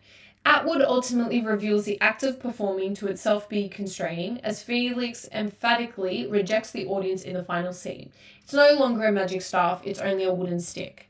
As the symbolism of the cane is reduced to its mere metonym, Felix's dismissive tone upends the motif and finds liberation in refusing to assign metaphor to his life. So much clearer, so much better, okay?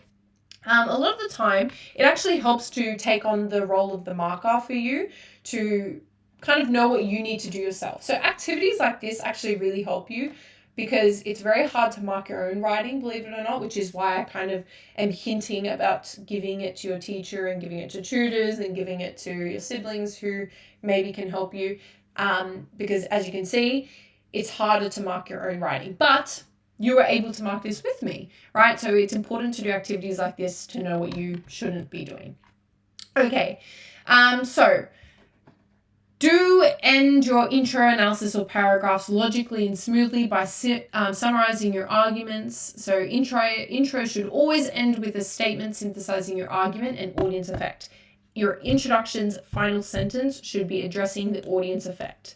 Ultimately, what is your composer teaching you, rebutting to you? What are they showing you about the world? What are they contrasting? Whatever. It needs to be audience effect, okay? And then your linking sentence should always be woven throughout your analysis. You shouldn't be topping and tailing.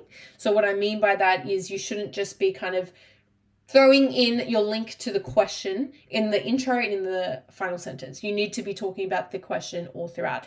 That is another big piece of or area of feedback that I want to kind of hone in on, okay? A lot of students in their practice writing, especially in year 12, so it's something to be mindful of now and kind of stop it while we can. A lot of students will give me great analysis, give me a great personal voice, give me great arguments, I'm blown away what they're writing, but it simply just doesn't answer the question. Okay, which is so sad for me because I must mark them through the eyes of the question, through the lens of the question. You can present to me the most beautiful piece of writing ever, but if it doesn't answer the question, it doesn't answer the question. Okay, I need you to answer the question for me. So that means not just doing it in the first sentence of your body paragraph and the final sentence. All throughout, your argument needs to be tailored to the question. Now, this is what I was talking to you guys in the beginning about not having like that kind of rote learning and not having just memorized paragraphs that you're spewing out when you're doing your essays or when you're doing your assessments, because that's another way we can tell. Okay, because you're not actually answering the question. Why? Because you didn't design that argument around the question. You designed it and now you're trying to force it onto the question. That's why, as I said, it's all about developing your idea around the question once you get into the exam room. I know it sounds like I'm kind of going on and on about this, but I cannot tell you how many students get marked down because of this. You haven't answered the question enough. That's something I can guarantee you. If you know any Year 12 students, go ask them. Has your teacher ever mentioned that? Guarantee you they'll say yes. Okay, it's the biggest thing students get marked on. Okay, so ending without synthesizing is abrupt and doesn't sufficiently tie your argument together neatly. As I said, markers will not see how anything you've said so far links to your thesis. Yes. Okay. All right. So this is something that I wanted to just give you guys as a little activity to practice with. You will likely have to do short answer questions to unseen texts obviously that you haven't seen before in your prelims. So I thought this is something that maybe you can just screenshot, or if you want to download the slides and come back to, it's completely up to you. But really this is just a little activity that I thought I'd throw in there for you guys so you can practice with and use everything that we've just spoken about and apply it to this. So it's a poem called Do Not Go Gentle Into That Good Night by Dylan Thomas. And I've just written a little question. How is mortality developed as an idea in this poem? Something you can analyze 1 to 2 pieces, of evidence to support your argument. Something that you can use to study with for prelims and just in general. If you do this, I would recommend handing it in to someone to get some feedback. But yeah, I would also recommend doing this so you can put into practice everything that we've actually done today. Okay, let's go through and bust some myths of critical analysis. So, complex sounding techniques are required for high marks. That's one myth. No, that's not true. As long as your technique develops your argument about a theme, it will score well. Okay, so just because you've thrown in a complex sounding technique, if you don't understand what it is or you're not actually using it appropriately or in a way that actually achieves what you're trying to say it achieves, you will actually lose marks. You need to recount parts of your story to contextualize your argument. No, as I said, you can presume the markers know what you're talking about. A set number of quotes is required to get a band 6. Again, that's certainly not true. You need to include enough evidence to support a detailed argument and will vary based on your argument. You will know as you write your argument when you've reached a level where you've proven what you've said, okay? But I know I can just, again, sense that someone's asked it, how many quotes would you recommend per body paragraph? It's something I always get asked, okay? And I know I've just said that there is no definitive number, but we all are never happy with that. We all want a definitive answer. So I'm going to say at least 3 to 4 is where you want to be at. 3 to 4 pieces of evidence per body paragraph. Now, each piece of evidence must be only around 7 to 8 words. Okay, I do not ever want to see, or your markers don't want to see, long-winded pieces of evidence. No. Why? 1, because you're letting the text speak for you. You don't want that. You want to speak for the text and give your ideas and arguments on the text.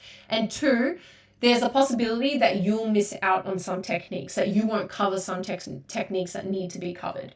Okay, and you don't want that. So having a nice succinct quote that best encapsulates what you're trying to say is what you want to aim for. So even though I've said there's no definitive number and it'll depend on your argument, I know that we're never satisfied with that. So I'm going to say 3 or 4 quotes. Okay. Another thing is the idea that you should analyze quotes to learn about the author's context. Okay. No, you shouldn't analyze quotes to learn about the author's context. Instead, the text may reflect their context, and you can talk about the context, but you are aiming to argue what the text meaning is. Okay, the only way or the only time you should be bringing in context is to support your argument. Okay, it's not a context study. You're not talking about what happened in their life, and it's not an autobiography. Or a biography, sorry. Only quotes count as evidence? No, as we know now, you must analyze form. Form, if you're thinking, hold on, how do I analyze form though? You will bring in quotes, okay?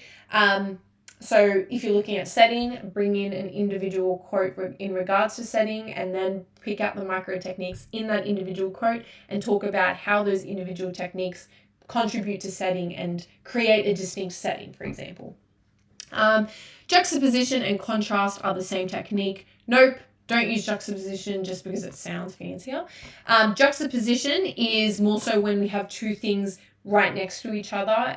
So for example, if we have, let me think on the spot of an example. Okay, let's say we're watching a movie and we know this protagonist is really lonely and isolated and maybe a bit depressed, and they're put in a really crowded room or crowded space where there's a lot of people around, and everyone's really happy and dancing, and I don't know, there's music going on, let's just say. That's juxtaposition, okay? Because we put kind of two opposites next to each other. Contrast is different. Contrast is where things are compared or different, yes, but they're not right next to each other. They're kind of like ideas in the text at large that are contrasted. So maybe in the beginning of the text, it will talk about one idea, let's say, loneliness, and then later in the text, it talks about sociability, okay? Obviously, those contrast each other, but they're not happening right next to each other in the same scene as juxtaposition is, okay? All right.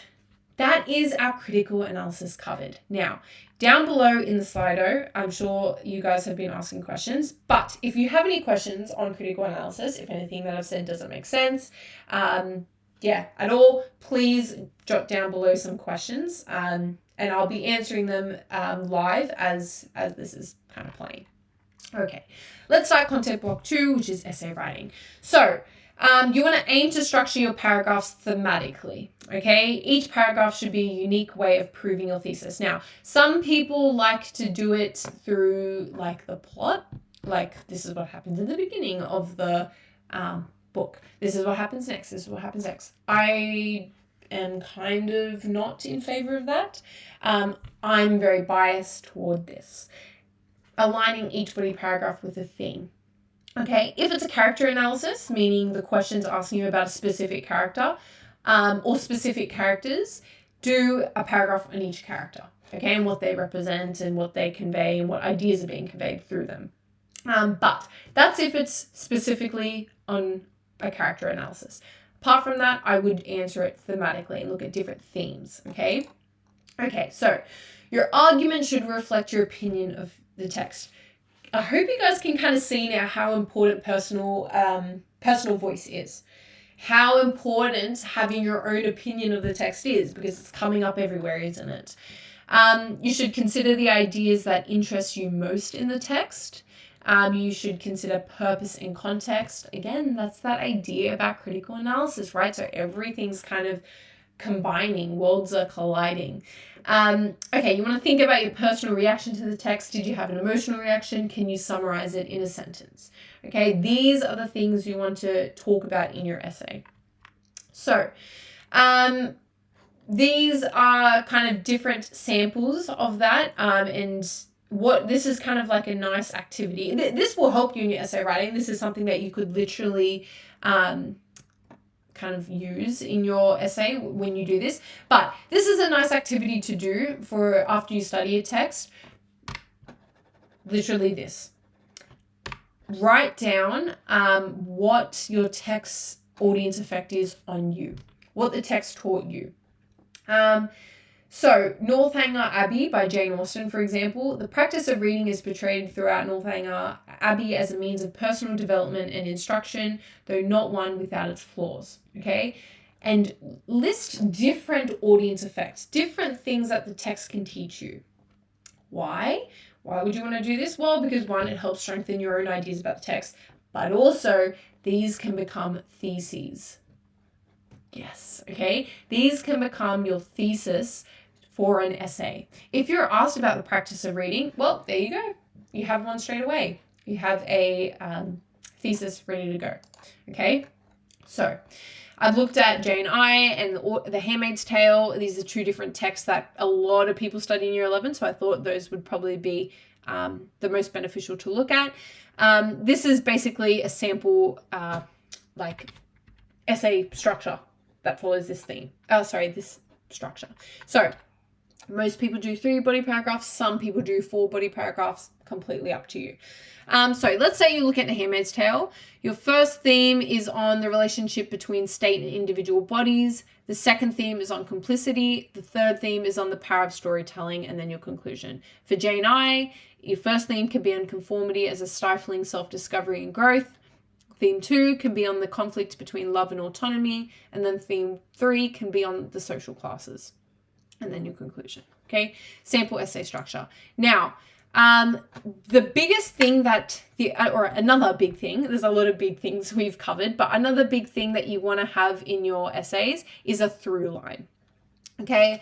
And I know I've mentioned this in my January prelim lecture as well earlier this year, and my apologies if you've heard me say this before, but to recap, and for those who haven't heard it before, in your writing you want to have a through line. So what that means, the example I always use, and you're probably going to hear me say this a whole bunch more if you come to my lecture series, because this is something that we continuously need to know. Let's say I got asked a question. This is going to be really random, but let's say my essay question, I sat down in prelims and the essay question was, is ice cream yummy? Okay, just bear with me, okay? I know this is random, bear with me. Or let's say the question, it's a statement. Ice cream is yummy. Do you agree or disagree? Let's say I'm sitting there, I'm thinking, yeah, ice cream is yummy. I do like ice cream. And I need to develop an argument, right? And a thesis. Well, my thesis is ice cream is in fact yummy. Body paragraph 1 is going to look at chocolate ice cream and say, yeah, chocolate ice cream is yummy. Body paragraph 2 is going to be on vanilla ice cream and say vanilla ice cream is yummy. Body paragraph 3 is going to be on mint ice cream and say, yeah, mint ice cream is yummy. And I'm kind of using each flavor to prove my argument. Bear with me. I know this is weird, but bear with me. Can you see how even though the question didn't ask about chocolate ice cream, or what else did I say? Vanilla ice cream, I think, and mint ice cream, it wasn't asking about those specific flavors. Can you see how they still relate to my idea and how they're still kind of like sub points of my overarching thesis, which is ice cream is yummy? Okay. That's because I have a through line. The through line is that ice cream is yummy, right? That's my thesis. I'm proving it's relevant to all my arguments. That sounds really obvious. You're probably thinking, duh, Chloe, like, duh, isn't that obvious? No. Okay, that's something that I give feedback on a lot, because it might sound really obvious, but when you have really complex ideas like we see in front of us here, they become harder to string together. In that example I just gave about ice cream, you can say, all right, you can see how vanilla ice cream and mint ice cream link together. Those separate arguments, separate body paragraphs, but they still link together. How does the relationship between state and individual bodies and the power of storytelling link together? Can you see how that might be a little bit more tricky to link? We need a through line, okay? And it becomes especially difficult in exams, because what often happens in exams is students sit down and they look at the question and they go, oh my gosh, okay, I need to have 3 arguments that link together, that link to this question here, all right? This argument I know, this argument I could use, this argument I could use. And they kind of have these 3 distinct arguments. And then they forget to link those 3 arguments together, or 4 arguments, depending on how many you write. 4 arguments, 3 arguments together. Okay? So remember, and that has to be your thesis. Your through line is your thesis. It needs to be linked all throughout. Please remember that. Okay, so a good intro follows this kind of structure. Again, as we know, I'm hesitant about saying structure because I don't want it to be blocky, but a good intro does these couple of things. Firstly, your thesis is your first sentence, okay? That we can be sure about. It's only one sentence, remember. So you need to provide a clear thesis that's a response to the question and is that through line. You need to introduce your text, so you need to say who your composer is, what your text is, so the form of it. Is it a novel? Is it a play? Whatever. Not to be confused with the macro techniques, okay? Form can also mean, is it a novel, play, film, whatever. The date that the text was published, its key contextual factors, so you can go off and talk about them in greater depth later on in your individual arguments. Also, only talk about the contextual factors that relate to your text, your arguments.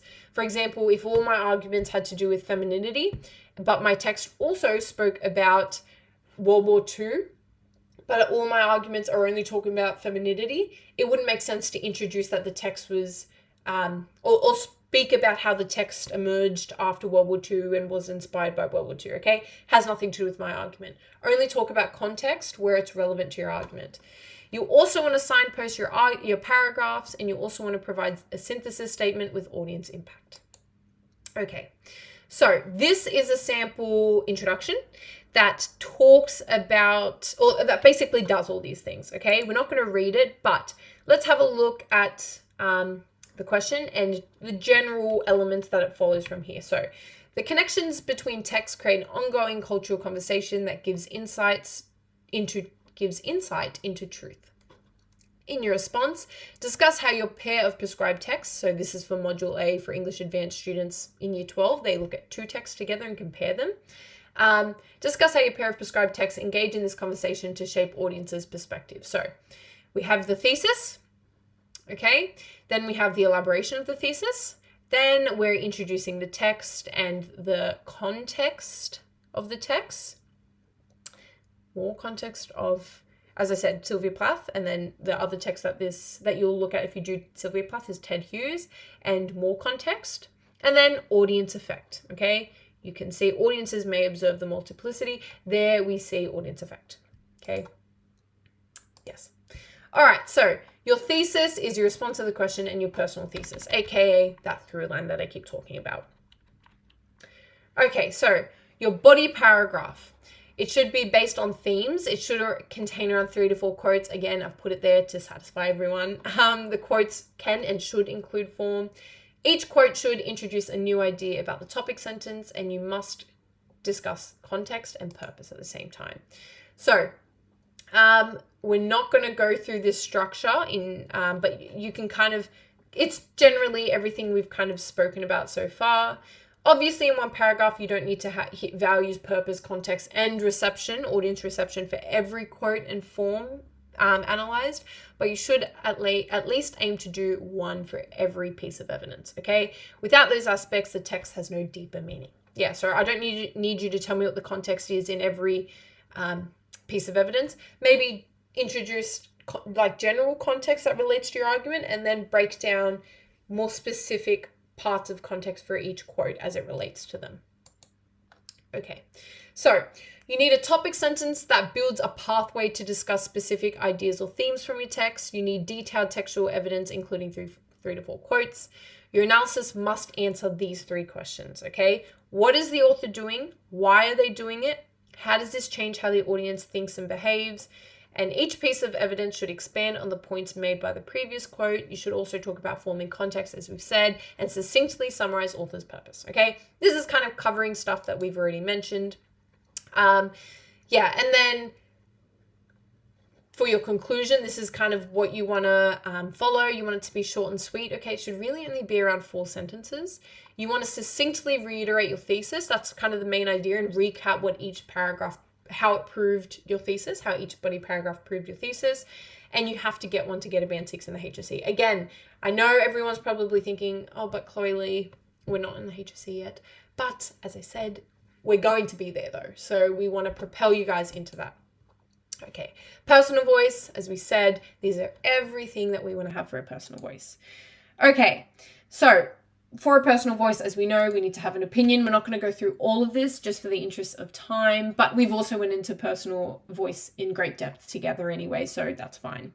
You also want to experiment with structure. Biggest thing I'll say here, switch up your peel structure. Okay, as I said, we don't want it to be blocky. We also want to start playing with our vocabulary. Now, please don't take that as going to synonyms.com and every single word you use taking a synonym. No, we don't want that. We want you to use words that you understand. If you do want to use a new word, make sure you understand it and can use it in an essay. Okay. All right. You also want to have clear and clever expression. Okay. So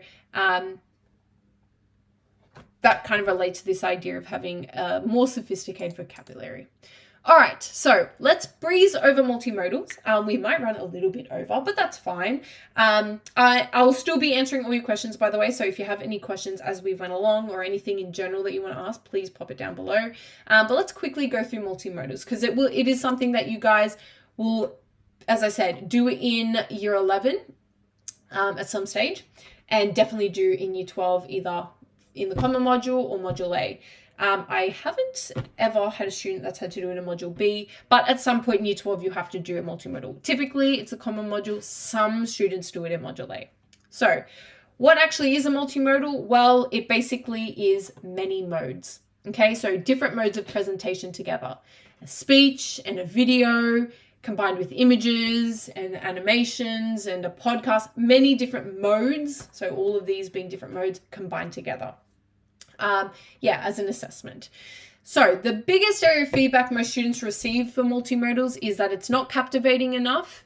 It feels like an essay because they write it like an essay. It's not. Remember, it's a speech. And you haven't made the most of the modes available. If you're told that you can do a podcast, make it like a podcast. Make it engaging. Add sound effects. Add really engaging ideas. Like we've had a caller that submitted a question. Really fun ideas, okay? Make the most of the mode that you're given. If it's a speech, talk how I am now. Really engaging. If you can, walk around the room. If you can have maybe a slideshow behind you that you're referring to, make the most of it. Trust me. As I said, cannot be written as an essay. It really needs to be adapted to the medium. So write it like, and I'm going to skip forward here, write it like a TED Talk. That's often the best way to do it, right? Watch a TED Talk, brush up on your TED Talk remembering, and remember how they structure it, right? TED Talks are not like an essay at all. It's always nice to have a nice beginning. It's always nice to have a engaging beginning by starting with a statistic or an anecdote, which is a personal story, right? So when I was 5 years old, this and this happened to me, something like that. A quote from someone or some type of description or almost like narrative. So she was walking down the street and someone tapped her. As she turned around, she remembered. Something like that, okay? It's engaging, it captivates you. Play with your mode is really what I'm trying to say here. Contextualize your response. So in your conclusion, say something like, so what? What does this actually mean? I've said all this to say what?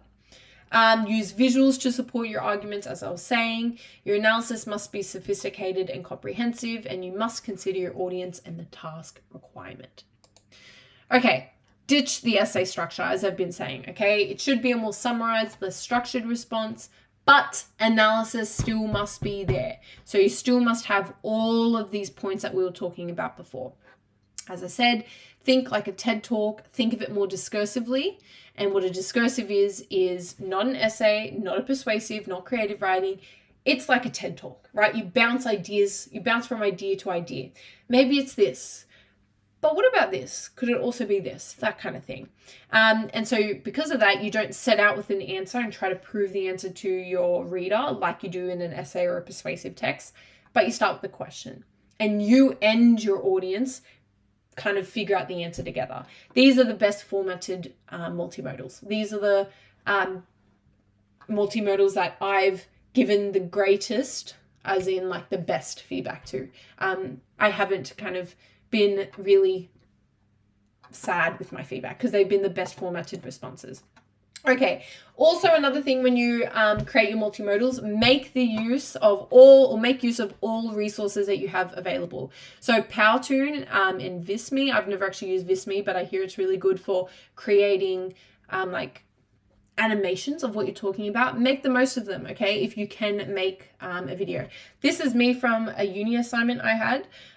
Some of you who do chemistry might understand what's going on here, but don't worry about what I'm actually drawing.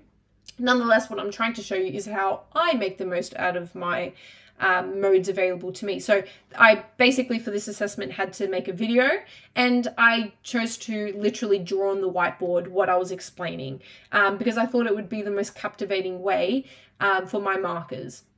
And it did. And that was something I got great feedback on, that they actually really liked this. So do you have to draw on a whiteboard? No. Do you have to be aware of the modes available to you and make the best out of them that you can? Yes. Okay. Think about YouTube videos. There's a lot of, what do they call it? Like stock free or something like that. The kind of free, available to use for everyone videos. Make the most of those. Canva. You can make animations on Canva, which I didn't even know. Biteable. These are all different things that I would kind of look into when you do have to do your multimodal to make it as engaging and powerful as you can. Okay, that covers multimodals. So, one more thing for multimodals. I've put the slides the other way around. So, this is kind of the structure I would kind of follow in your multimodal. Okay, so as you make, for an assignment, as you plan for a multimodal, fill out this table so you know, okay, first I have to introduce my theme, my idea, or my question, talk about the analysis, or talk about the evidence, analyze it, talk about why the composer is saying this, and link it to the rubric. Okay? Okay. We're almost finished, okay? You guys have been with me for 2 hours now, and we're kind of on time, so I have to pat myself on the back. All right, so to wrap this all up, firstly, use this year to develop your writing skills more than anything else, okay? That's something that I've said all throughout this lecture today.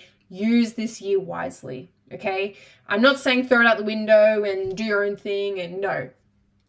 Put your best face on, okay? Try the hardest you can and get as much feedback as you can. I mean that as seriously as I can, because it will pay off so much in year 12. You will thank yourself so much. Don't underestimate year 11, okay? A lot of people say, oh, try in year 12. That's the one that counts. That's ATAR only considers year 12. I don't care about year 11. No.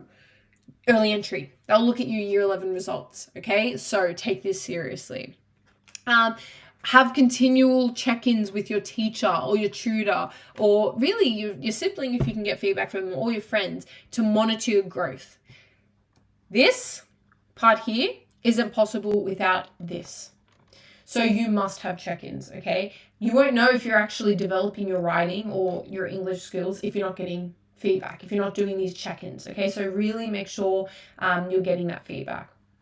A little bit of a reminder, practice responses and timed writing is your friend. Hand in practice responses. Also, not just for feedback, of course, that's the big thing. So not to kind of dismiss that, but also you want to be able to smash out an essay in 45 minutes, in 40 minutes, because you'll have to do that in prelims and certainly in the HSC, okay? And the HSC year, not just the HSC exam. In the HSC, you want to be able to smash out each body paragraph in around 7 minutes, okay? Because you're only allowed 40 minutes per essay in paper 2. And you have to think, you have to look at the question, deconstruct the question, brainstorm arguments, do all that. So really, it's not like you have the full 40 minutes anyways. Should you be able to do that right now, though? No. But you want to work up to it, okay? How do you work up to it? You start now, okay? Build up that skill. Use this year wisely, guys. That's kind of, if you take anything from today's lecture, treat this year seriously. Treat it as a year to really grow your skills so you don't have to in year 12 and you're not behind. Overall, though, be kind to yourself and check in with others. Sorry, my little typo there. Check in with others is what I'm trying to say.